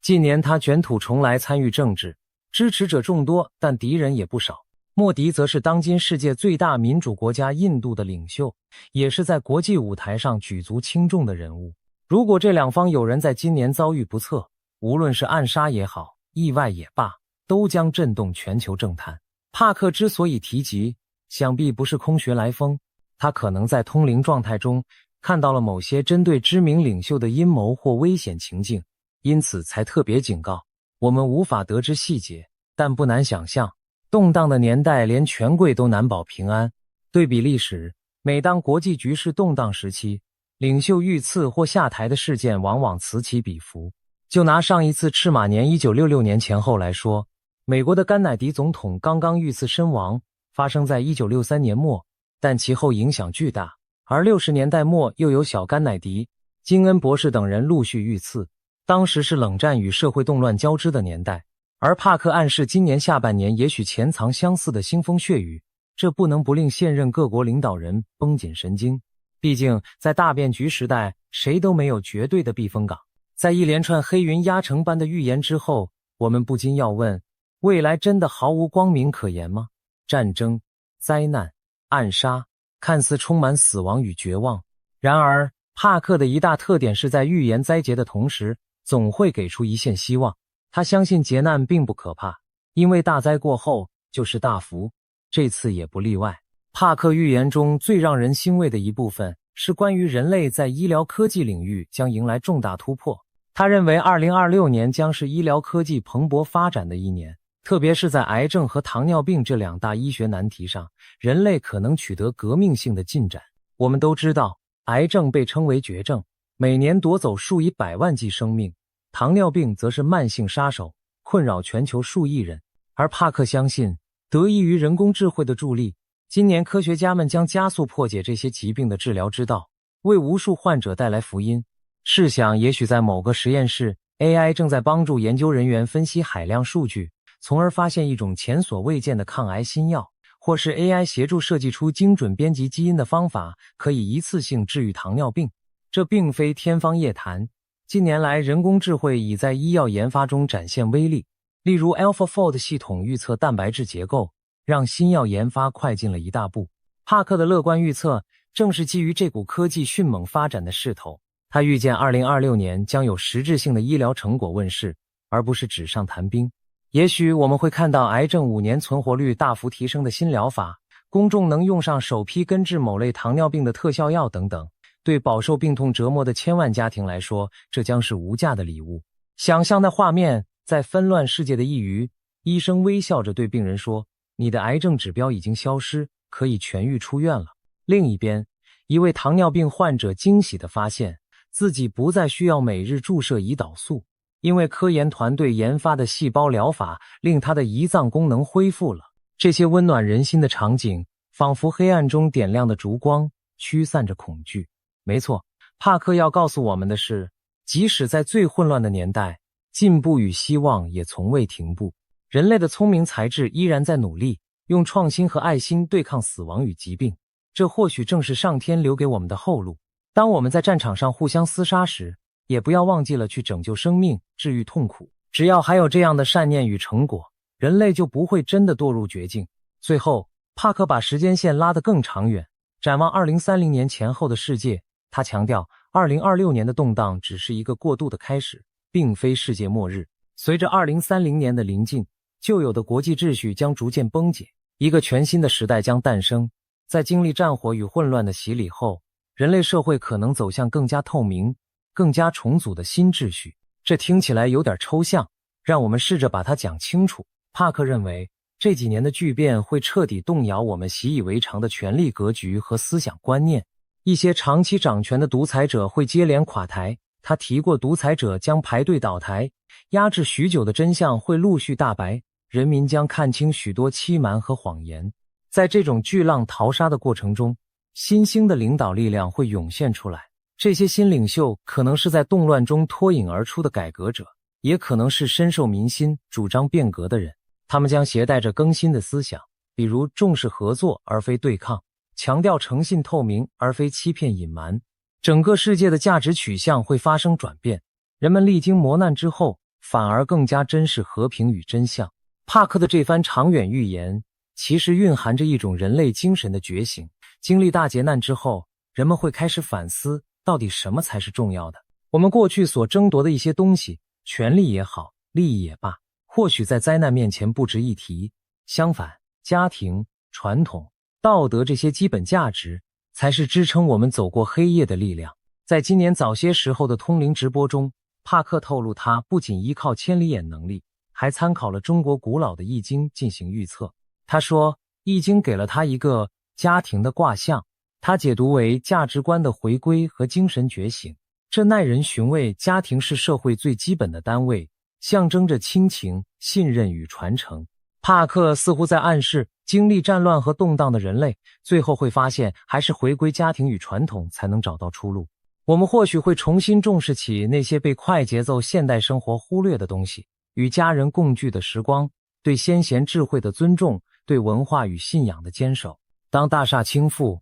我们终于明白脚下土地的珍贵；当假偶像崩塌，我们才回头寻找最初的信仰。所以，帕克所说关乎全人类的天机，也许正是指这场遍及全球的劫难背后隐藏的天意，让人类痛定思痛，去无存精，回归正道。经此一役，人类或能摆脱不少旧的枷锁，不管是集权的压迫，还是内心的贪嗔痴，从而迎来一个新的清明世界。他描绘的2030年代，很可能是一个重新洗牌后的世界，新的价值共识，新的国际合作模式诞生。也许各国将更倾向于透明治理，打击贪腐和虚假信息，国与国之间建立更健全的合作机制来防范全球性风险，科技被更负责任地运用以改善生活，而非互相残害。当然，这一切听上去有一丝乌托邦的味道，但别忘了，那是建立在我们挺过艰难险阻之后的愿景。就像黑夜过去，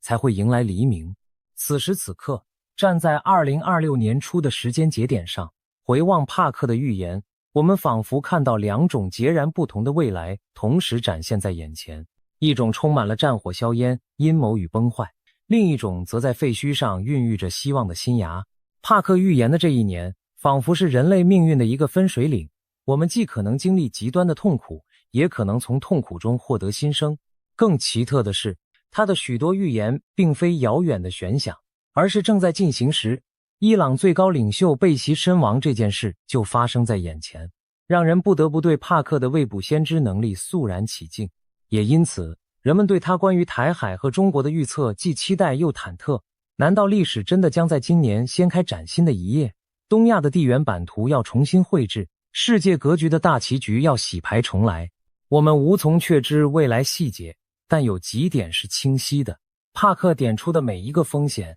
其实现实中都潜藏苗头。中东、伊朗核危机和地缘矛盾由来已久，如今终于爆发。东亚、台海剑拔弩张已经多年，台湾问题国际化，美中对抗加剧，日本也开始强化军备以防万一。网络安全领域，近年 AI 技术飞速发展，攻防态势升级，各国早就担心未来的数字战争、资源争夺，从南海到北极，大国竞争遍地开花。自然灾害方面，气候变化导致极端事件频仍，日本去年才经历超强台风和地震，今年谁又敢掉以轻心？凡此种种，帕克的预言并非凭空杜撰，而是对现实趋势的某种极致延伸与升华。如果我们把它们当作一种警示，也许能提前做些准备和抉择。当然，作为预言，它终究不是铁口直断的命运宣判。我们完全可以把帕克的预言视作一面镜子，来审视我们人类自身的处境。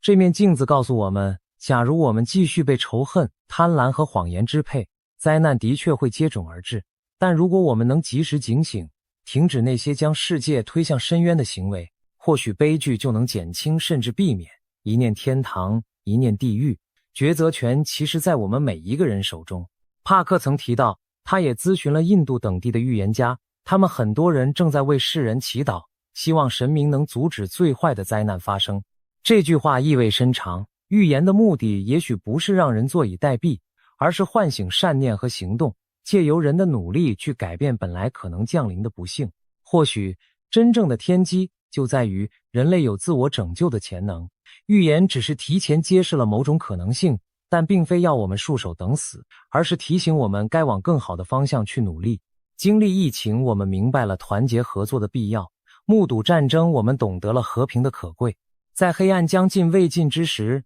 假如我们能痛定思痛，选择宽容、理性与爱，也许就能把帕克描述的毁灭性结局引向光明的转机。总而言之，帕克这一次曝光的预言内容可谓涵盖广泛，影响深远。从伊朗的腥风血雨到台海的风高浪急，从金融网络的暗战到极地资源的明争，从日本天降异象的警报到全球医疗突破的喜讯，再到旧世界崩解、新时代曙光出现的人类转折，这些看似杂乱无章，其实织成了一张复杂而宏大的命运之网，把2026年到2030年前后的世界走向串联起来。一部分预言已经在我们眼前上演，其余的正在地平线上隐隐浮现。我们这一代人可能真的要亲历一场改变历史的巨浪，是福是祸，或许要等尘埃落定后才能盖棺论定。然而，无论你是否相信预言，眼下的世界确实处于一个多事之秋。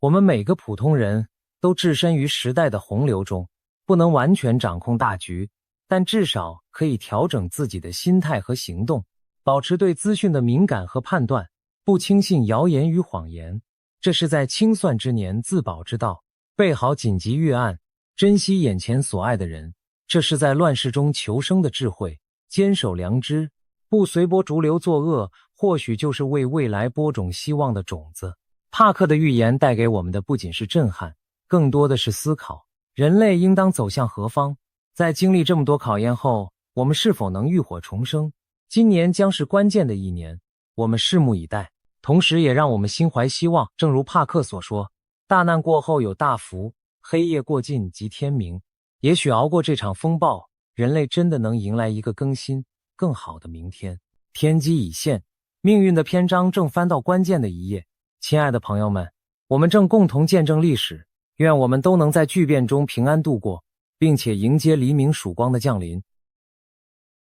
一位美国通灵师近日发出惊人警告，提醒所有人快囤粮。他预感到在7月至8月间会有多重灾难交织爆发，对全世界造成巨大冲击，其中又以中国所受影响最为严重。这则预言消息一出，震惊了许多人，毕竟通灵师平日鲜少如此强调物资准备，这次罕见的呼吁大众存粮备用品，难道真有灭顶之灾逼近吗？更令人不安的是，不止这位美国灵媒有此预警，世界各地多位预言家与神秘预言似乎都不约而同指向2026年夏季的巨大变局。16世纪著名预言家诺查丹马斯在其隐晦诗篇中提到，将有7个月的可怕战争生灵涂炭。许多解读认为这段话对应的正是当前的局势，预示着持续数月的大规模冲突可能很快上演。诺查丹马斯还写下过大饥荒、大瘟疫伴随战火降临的场景，暗示战争将与饥荒瘟疫交织出现，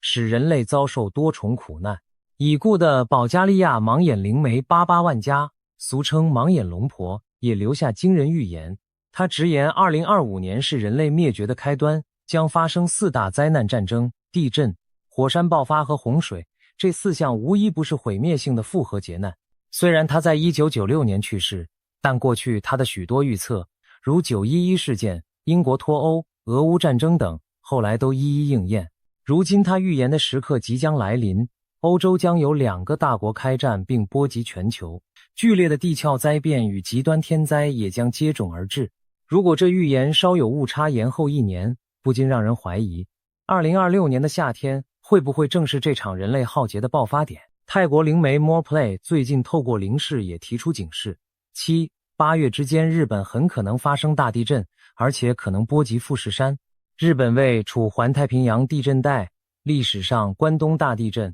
东北大地震等都造成过巨大伤亡。如果富士山在强震中被触发喷发，那不仅日本，整个东亚都可能笼罩在火山灰和冲击之下。这与那位美国通灵师对夏季全球性复合灾难的警告不谋而合。地震与火山属于自然灾害的一环，很可能只是复合危机的一部分。有新诺查丹马斯之称的英国预言家克雷格·汉密尔顿·帕克则公开了5项关于2026年的惊人预测。他曾准确预言英国女王逝世和新冠疫情，被视为当代著名的先知之一。对于2026年，他描绘了一系列混乱景象。全球政局动荡，他暗示可能出现重大战争与冲突，甚至不排除美国因战事进入紧急状态，出现打破常规的政治局面，例如某强势领袖寻求非常时期的延任。他提到自己早在2015年就从印度古老预言经文中解读出中国和俄罗斯将结盟对抗美国的画面。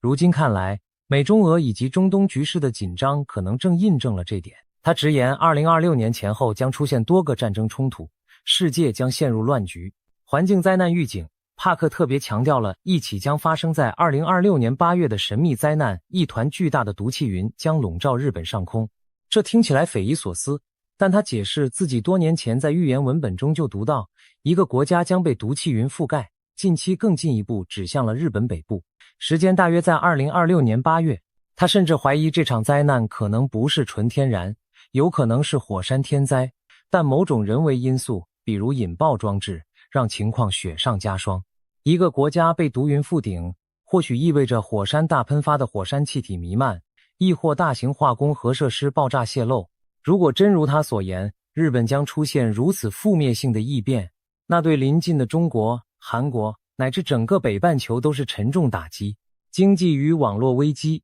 这位预言家还警告2026年可能发生重大网络攻击事件，瘫痪金融系统。他预见某次大规模的网络袭击会导致金融市场及工业瘫痪，比以往任何网络灾难影响都更深远，甚至让数位货币、人工智慧产业统统遭殃。他提醒大家务必做好备份，不要完全依赖云端，因为金融市场动荡、金价暴涨后又暴跌等非常规事件可能出现。经济领域的巨震往往和战争、灾害相互交织，一旦世界陷入战乱，再加上网络金融混乱，粮食和能源供应链都会被打断，经济危机和物资危机将同步爆发。综合上述来自不同国家的预言线索，可以看出一幅惊人的图景。2026年盛夏前后，全球可能陷入战争与天灾交织的巨难，经济体系与日常秩序也面临崩溃危机。正因为如此，多位先知与灵媒不约而同地呼吁世人提高警惕，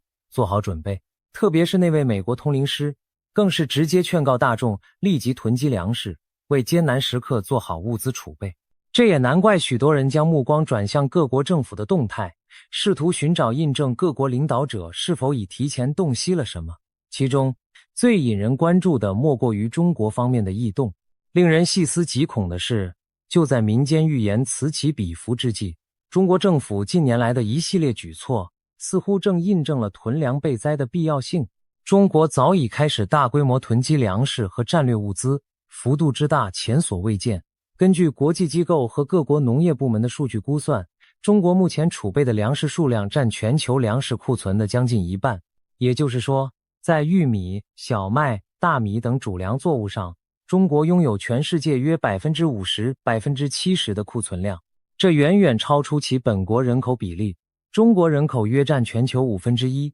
显示中国正超前备料，以防未然。中国官方对粮食安全的重视近年达到前所未有的高度。2021年底，中国商务部突然发布一则通知，鼓励全国居民储存一定数量的生活必需品，以备紧急情况之需。这则平淡的通知在当时引起轩然大波，许多老百姓联想到是否有战争或严重危机将至，才需要官方出面提醒老百姓居安思危。虽然官方随后解释此举是为防范冬季疫情反弹或自然灾害导致的物资短缺，但大规模囤粮的风声自此不胫而走。人们发现，中国政府不仅劝导民间备粮，自己更是在全球采购中扫货囤积。过去几年，中国透过进口和扩充仓储，把国家粮仓囤得满满当当。官方数据显示，中国每年谷物产量连续多年稳定在 6.5 亿吨以上，同时还大量进口粮食。2025年，中国更提高粮食战略储备预算目标，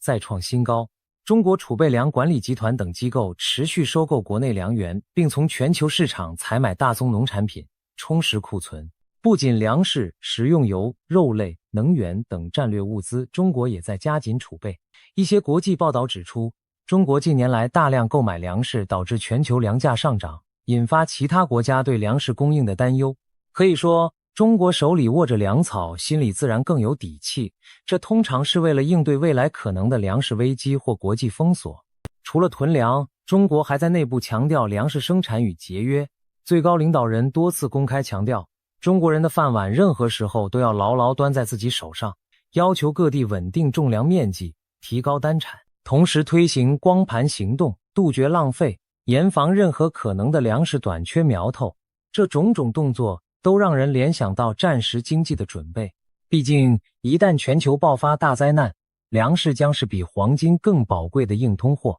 中国如此未雨绸缪，是否因为高层早已掌握某些内幕而提前应对？事实上，不只是中国，全球粮食安全形势本就日趋严峻。这2年受疫情冲击和地缘战争影响，粮食供应链多次中断。2022年俄乌战争爆发，作为粮仓的乌克兰和俄罗斯谷物出口受阻，曾导致中东、非洲出现严重粮荒预警。国际粮价飙涨下，许多国家实施出口管制，印度限制大米出口，俄罗斯一度禁止小麦出口，各国都试图保住自家粮袋子。在此背景下，中国手握巨量粮食储备的意义格外突出。一旦全球粮荒真的到来，中国至少短期内能保证14亿人的基本口粮，不像许多国家将陷入弹尽粮绝的危机。然而，极端情况下，就算有库存，也可能远水难解近渴。倘若预言中的复合灾难成真，供应链中断，交通受阻，物资能否及时从国家仓库分发下去，还取决于社会秩序与基础设施是否稳定。中国虽然已做了备灾行动，但真的大灾来临时，挑战依然严酷。正因如此，那位通灵师才强调每个人都应该储备粮食和必需品，而不是完全指望政府救援。对个体而言，手中有粮，心中不慌，这是数千年来颠扑不破的生存真理。古代中国的智者早就有告诫，宜未雨而绸缪，勿临渴而掘井。明朝刘伯温传说中的烧饼歌也疑似预言过末节饥荒，劝世人积谷防饥。无独有偶，今天现代的灵媒们发出的讯息与古老智慧不谋而合。在这场可能的复合灾难中，最令世人担忧的组成部分之一，就是地缘政治的大规模战争。目前全球几处火药库都处于紧绷状态，一旦引燃，后果不堪设想。通灵师特别点出，中共或将趁虚而入，展开提前行动的，可能这暗示着，如果国际局势因其他灾难而混乱，北京当局可能抓准时机对外发动军事冒险。最典型的莫过于台海局势。多年来，台湾海峡一直是东亚的火药库。近年来，解放军军机、军舰在台海周边频繁演训，中美关系因台湾问题日趋紧张。如果全球在7、8月陷入天灾人祸，美国等大国自顾不暇，中共会否认为出兵台湾的良机已到？历史上趁敌疲弊是常见的战略，一旦北京选择此时提前动手，那台海战争将迅速升级为区域甚或世界级冲突。美日很可能介入，中国本土沿海也将直接卷入战火，这将是对中国最沉重的打击之一。毕竟战争一旦开启，现代化城市可能遭受导弹袭击，人口和经济命脉都将陷入危机。除了台海，中国周边还有多处潜在冲突点，南海领土争端、中印边境摩擦、朝鲜半岛局势等等。如果北京真的在全球灾难中铤而走险，同步点燃多根导火索，结果可能超出其掌控。反过来看，假如灾难因别处战争而起，中国也难独善其身。俄乌战争已经持续多年，虽然未演变成世界大战，但也牵动着中美欧关系。中东局势亦暗潮涌动，以色列和伊朗的对立，美国在波斯湾的军事部署都充满战争隐患。前文提及的中国诺查丹马斯，蒋学勤预测美伊最终可能在2027年前后爆发正面冲突，而2026年很可能是酝酿的关键期。一旦美伊开战，全球油价与安全形势将剧烈震荡。对中国而言，中东战争意味着能源进口受阻，经济雪上加霜。同时，美国若深陷伊朗战场，或许更增大台海变局的不确定性。总之，战争风险正与时间赛跑般迫近，我们或许正在走向第3次世界大战的边缘而不自知。一旦大国卷入多线战事，核武器的阴影也将浮现。诺查丹马斯曾描述，双城之间将降下前所未见之劫的场景，被一些人解读为对核爆毁城的预见。7、8月间若爆发战端，人们最恐惧的莫过于局势升级到动用核武的地步，那将不仅是某国最惨，整个人类文明都可能遭遇浩劫。在这方面，中国其实非常脆弱，几大核心城市人口密集度极高，一枚核弹造成的人员伤亡和社会恐慌将难以想象。战争与灾难往往是连锁相生，战争会直接带来死亡和破坏，也会间接引发经济崩溃、难民潮和传染病。反过来，自然灾害的大破坏也可能诱发战争或国际冲突，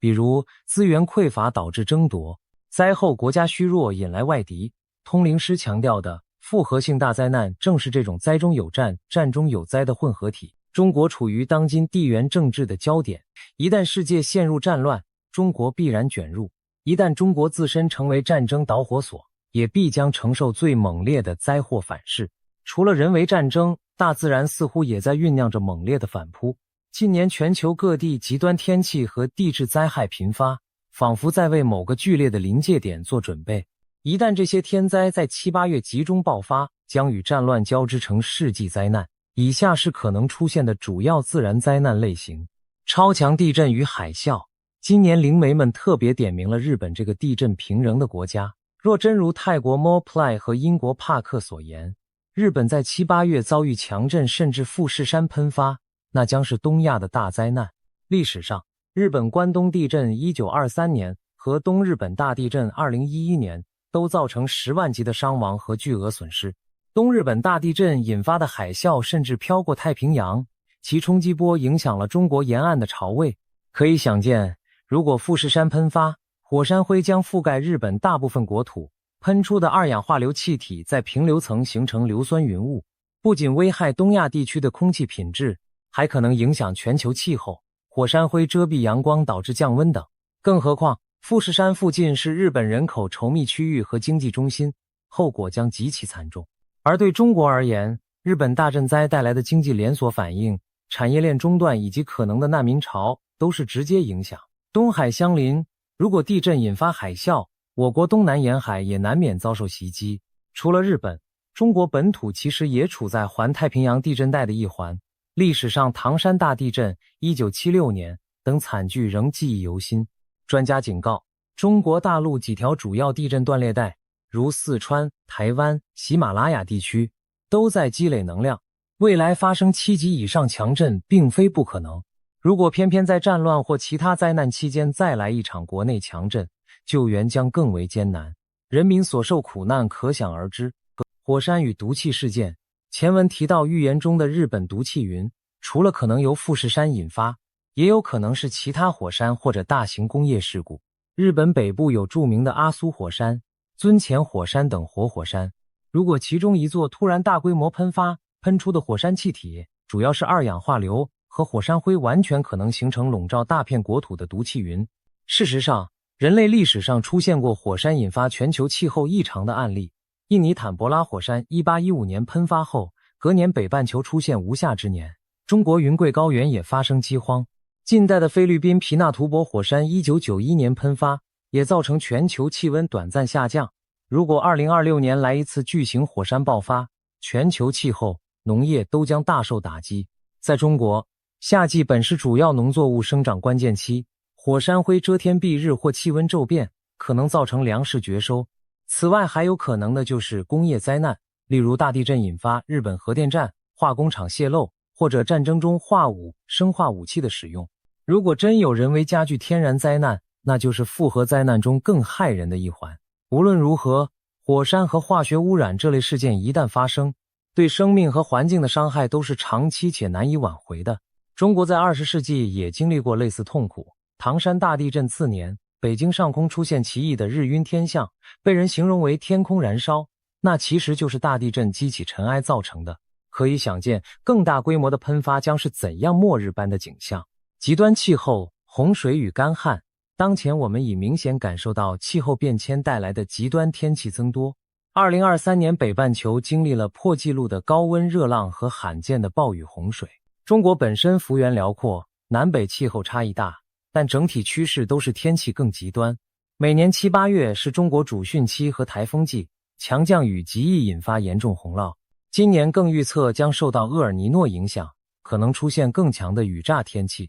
短时间内降下超大暴雨。如去年夏天，北京周边就遭遇了数十年一遇的特大暴雨和洪水。再往前的2020年，长江流域也发生罕见特大洪水，造成数千万人受灾。当极端降雨遇上大江大河，中国历史上最可怕的灾难之一就是大洪水。例如1931年中国长江、淮河同时爆发特大洪灾，酿成数十万人死亡，被称为史上最严重自然灾害之一。如果2026年夏季再现这种级别的洪水，主要粮食产区的庄稼将毁于一旦，数百座城市村镇也会被淹没，直接导致粮荒和疫情随之而来。反之，极端干旱也可能发生。2022年长江中下游罕见干旱，洞庭湖、鄱阳湖水位骤降，四川等地限电停产，河南一带农田龟裂。在复合灾难背景下，若南方洪涝而北方大旱，粮食生产将同时受挫。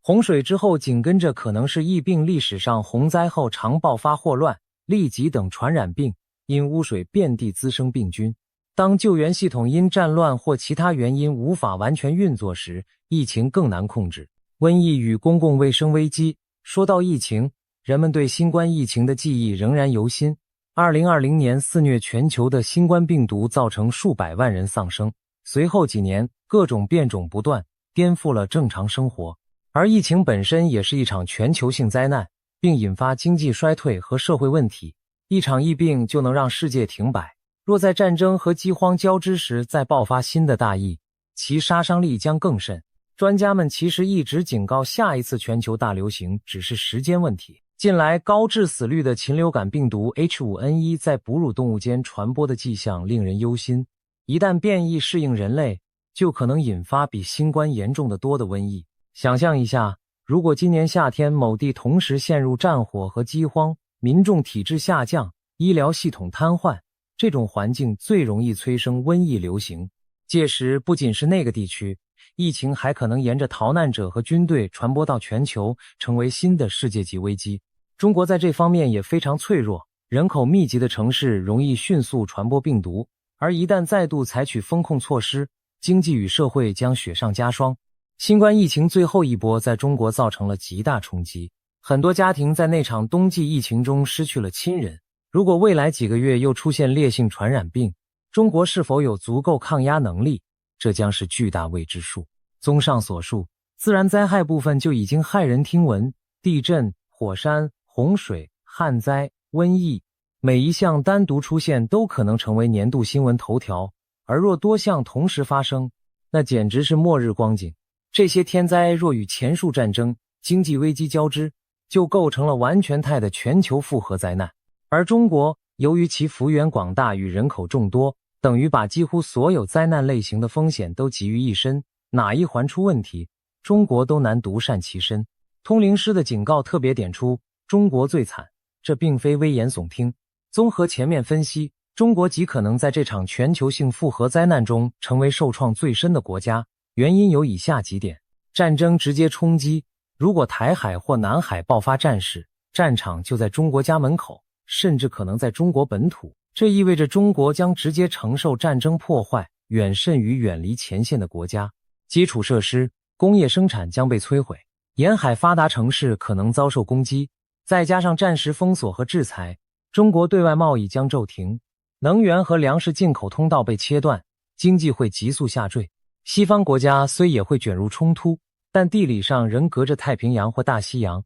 国土不一定沦为主战场，而中国将首当其冲。所以，一旦亚洲战争爆发，中国所受人员伤亡和财产损失几乎注定是最大的。天灾高风险，中国幅员辽阔，地形气候多样，很多地区本就灾害频仍，地震带覆盖西南、西北、台湾等地，长江、黄河流域历史上周期性洪水泛滥，东南沿海每年迎击多个台风，华北华中有时夏秋干旱。此外，随着气候变暖，青藏高原冰川融化可能引发山洪，东部沿海低洼城市面临海平面上升威胁，可谓百灾齐聚。而中国人口密集，一场特大灾害往往造成10万级别的受灾人数。例如汶川地震，2008年近9万人遇难失踪，98抗洪上千人丧生。上述1931年长江洪水更夺走10几万性命。若未来几个月多处灾害同时发生，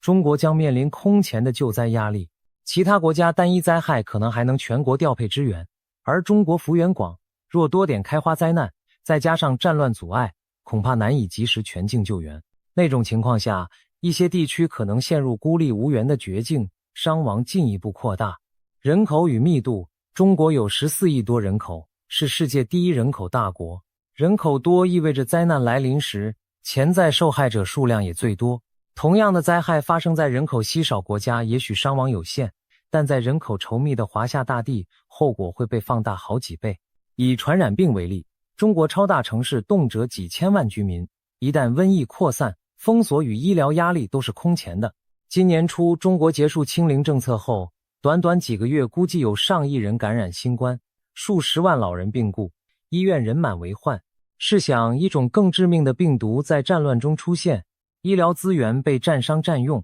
病患将无法有效救治。另外，中国城市高楼林立，防灾空间有限，一些城乡基础设施老旧，在极端天灾下容易造成群死群伤事故。人口红利在灾难时刻反而成为脆弱负担。经济结构与粮食压力，中国经济高度融入全球，原材料和燃料进口依赖较大。如果全球灾难导致国际贸易中断，中国制造业将面临原料短缺，同时出口市场缩减，大量工厂将被迫停产，失业人数激增。而14亿人的生活需要持续供给，一旦出口换汇受阻，进口粮食和能源将出现缺口。尽管中国粮食产量高，但人均耕地并不多，自身也面临农业现代化瓶颈，再加上极端天气可能造成欠收。如果战争和灾害持续数月，地方储备耗尽后，饥荒的幽灵绝非虚幻。上世纪中国曾发生过举世震惊的3年大饥荒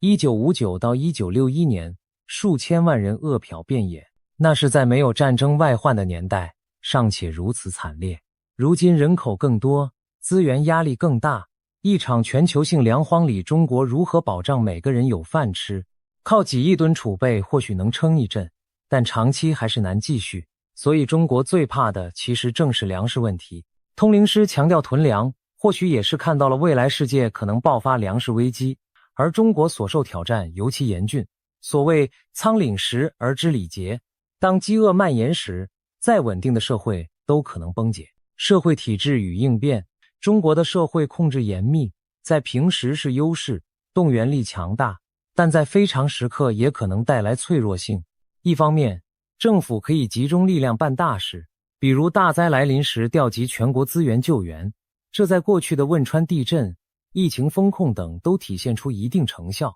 但另一方面，高度集中的决策体制如果在资讯不充分或判断失误时，容易错失良机，甚至造成更大损害。一旦中央指挥系统因战乱或通信中断而受影响，地方可能无所适从。还有资讯透明度问题，有灾情时若通报不及时，错过黄金救援期，就会酿成更惨烈后果。例如初期隐瞒疫情让病毒扩散，就是深刻教训。如果未来多灾并发，政府维稳压力空前，可能采取更严厉的管控，甚至军管，人民生活将受到二次伤害。而在灾后重建阶段，如何安置千万灾民，抑制社会动荡，对中国执政者都是巨大考验。历史上王朝末期往往天灾加动乱相伴出现，中共政权能否度过这次可能的大劫，也存在变数。有人担心，如果灾难过于沉重，会不会引发中国内部政治巨变？这也是中国最惨含义的一种延伸。因灾难导致的社会巨变往往伴随更多混乱与牺牲。综合来看，中国所面临的是一场全方位的生存压力测试，外有战火，内有灾害，有人口众多的包袱，也有粮食能源的克星，要保政权稳定，也要救亿万性命。稍有差池，就可能最惨，损失最大，伤亡最多，复原最困难。如果全世界真要经历一次大洗牌，很不幸的是，中国正处于风暴的中心。面对通灵师和众多预言展现的黑暗图景，我们不禁要问，人类真的无法改变这场劫难吗？其实，许多先知在预警的同时，也强调了准备与选择的重要性。那位美国通灵师并非意在制造恐慌，他提倡的是一种准备，而非恐惧的心态。与其坐以待毙，不如未雨绸缪。我们每个人都可以从现在开始做些务实准备，储备粮食与水，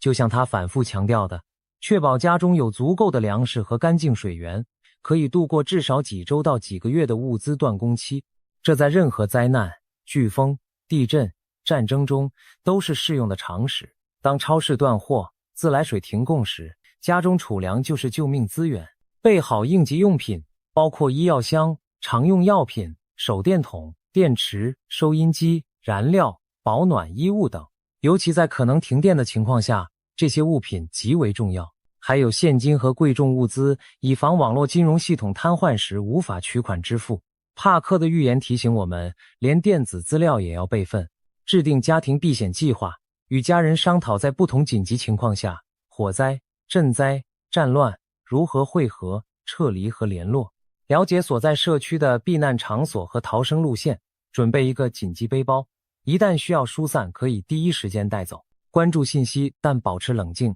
在灾难苗头出现时，留意官方和媒体的权威资讯，不信谣，不传谣。同时，也保持独立思考和警觉，不要因为恐惧而丧失判断。心态上要做到有备而无惧，毕竟恐慌本身会带来次生灾害，例如囤积潮、金融挤兑、秩序混乱，我们要尽量避免。至于国家和整个人类社会，其实还有时间采取行动来减轻灾难的打击，例如加强国际合作，避免冲突升级为全面战争，各国分享预警资讯，共同防范极端气候和地质灾害，提前部署救援物资到高风险地区等等。人类历史上经历过无数次灾难，往往也是在绝境中找到出路。黑死病横行后，有了公共卫生的进步。2次世界大战的废墟上建立了国际联合国，以维持和平。或许这次巨大的考验也将成为人类反思与进步的契机。当然，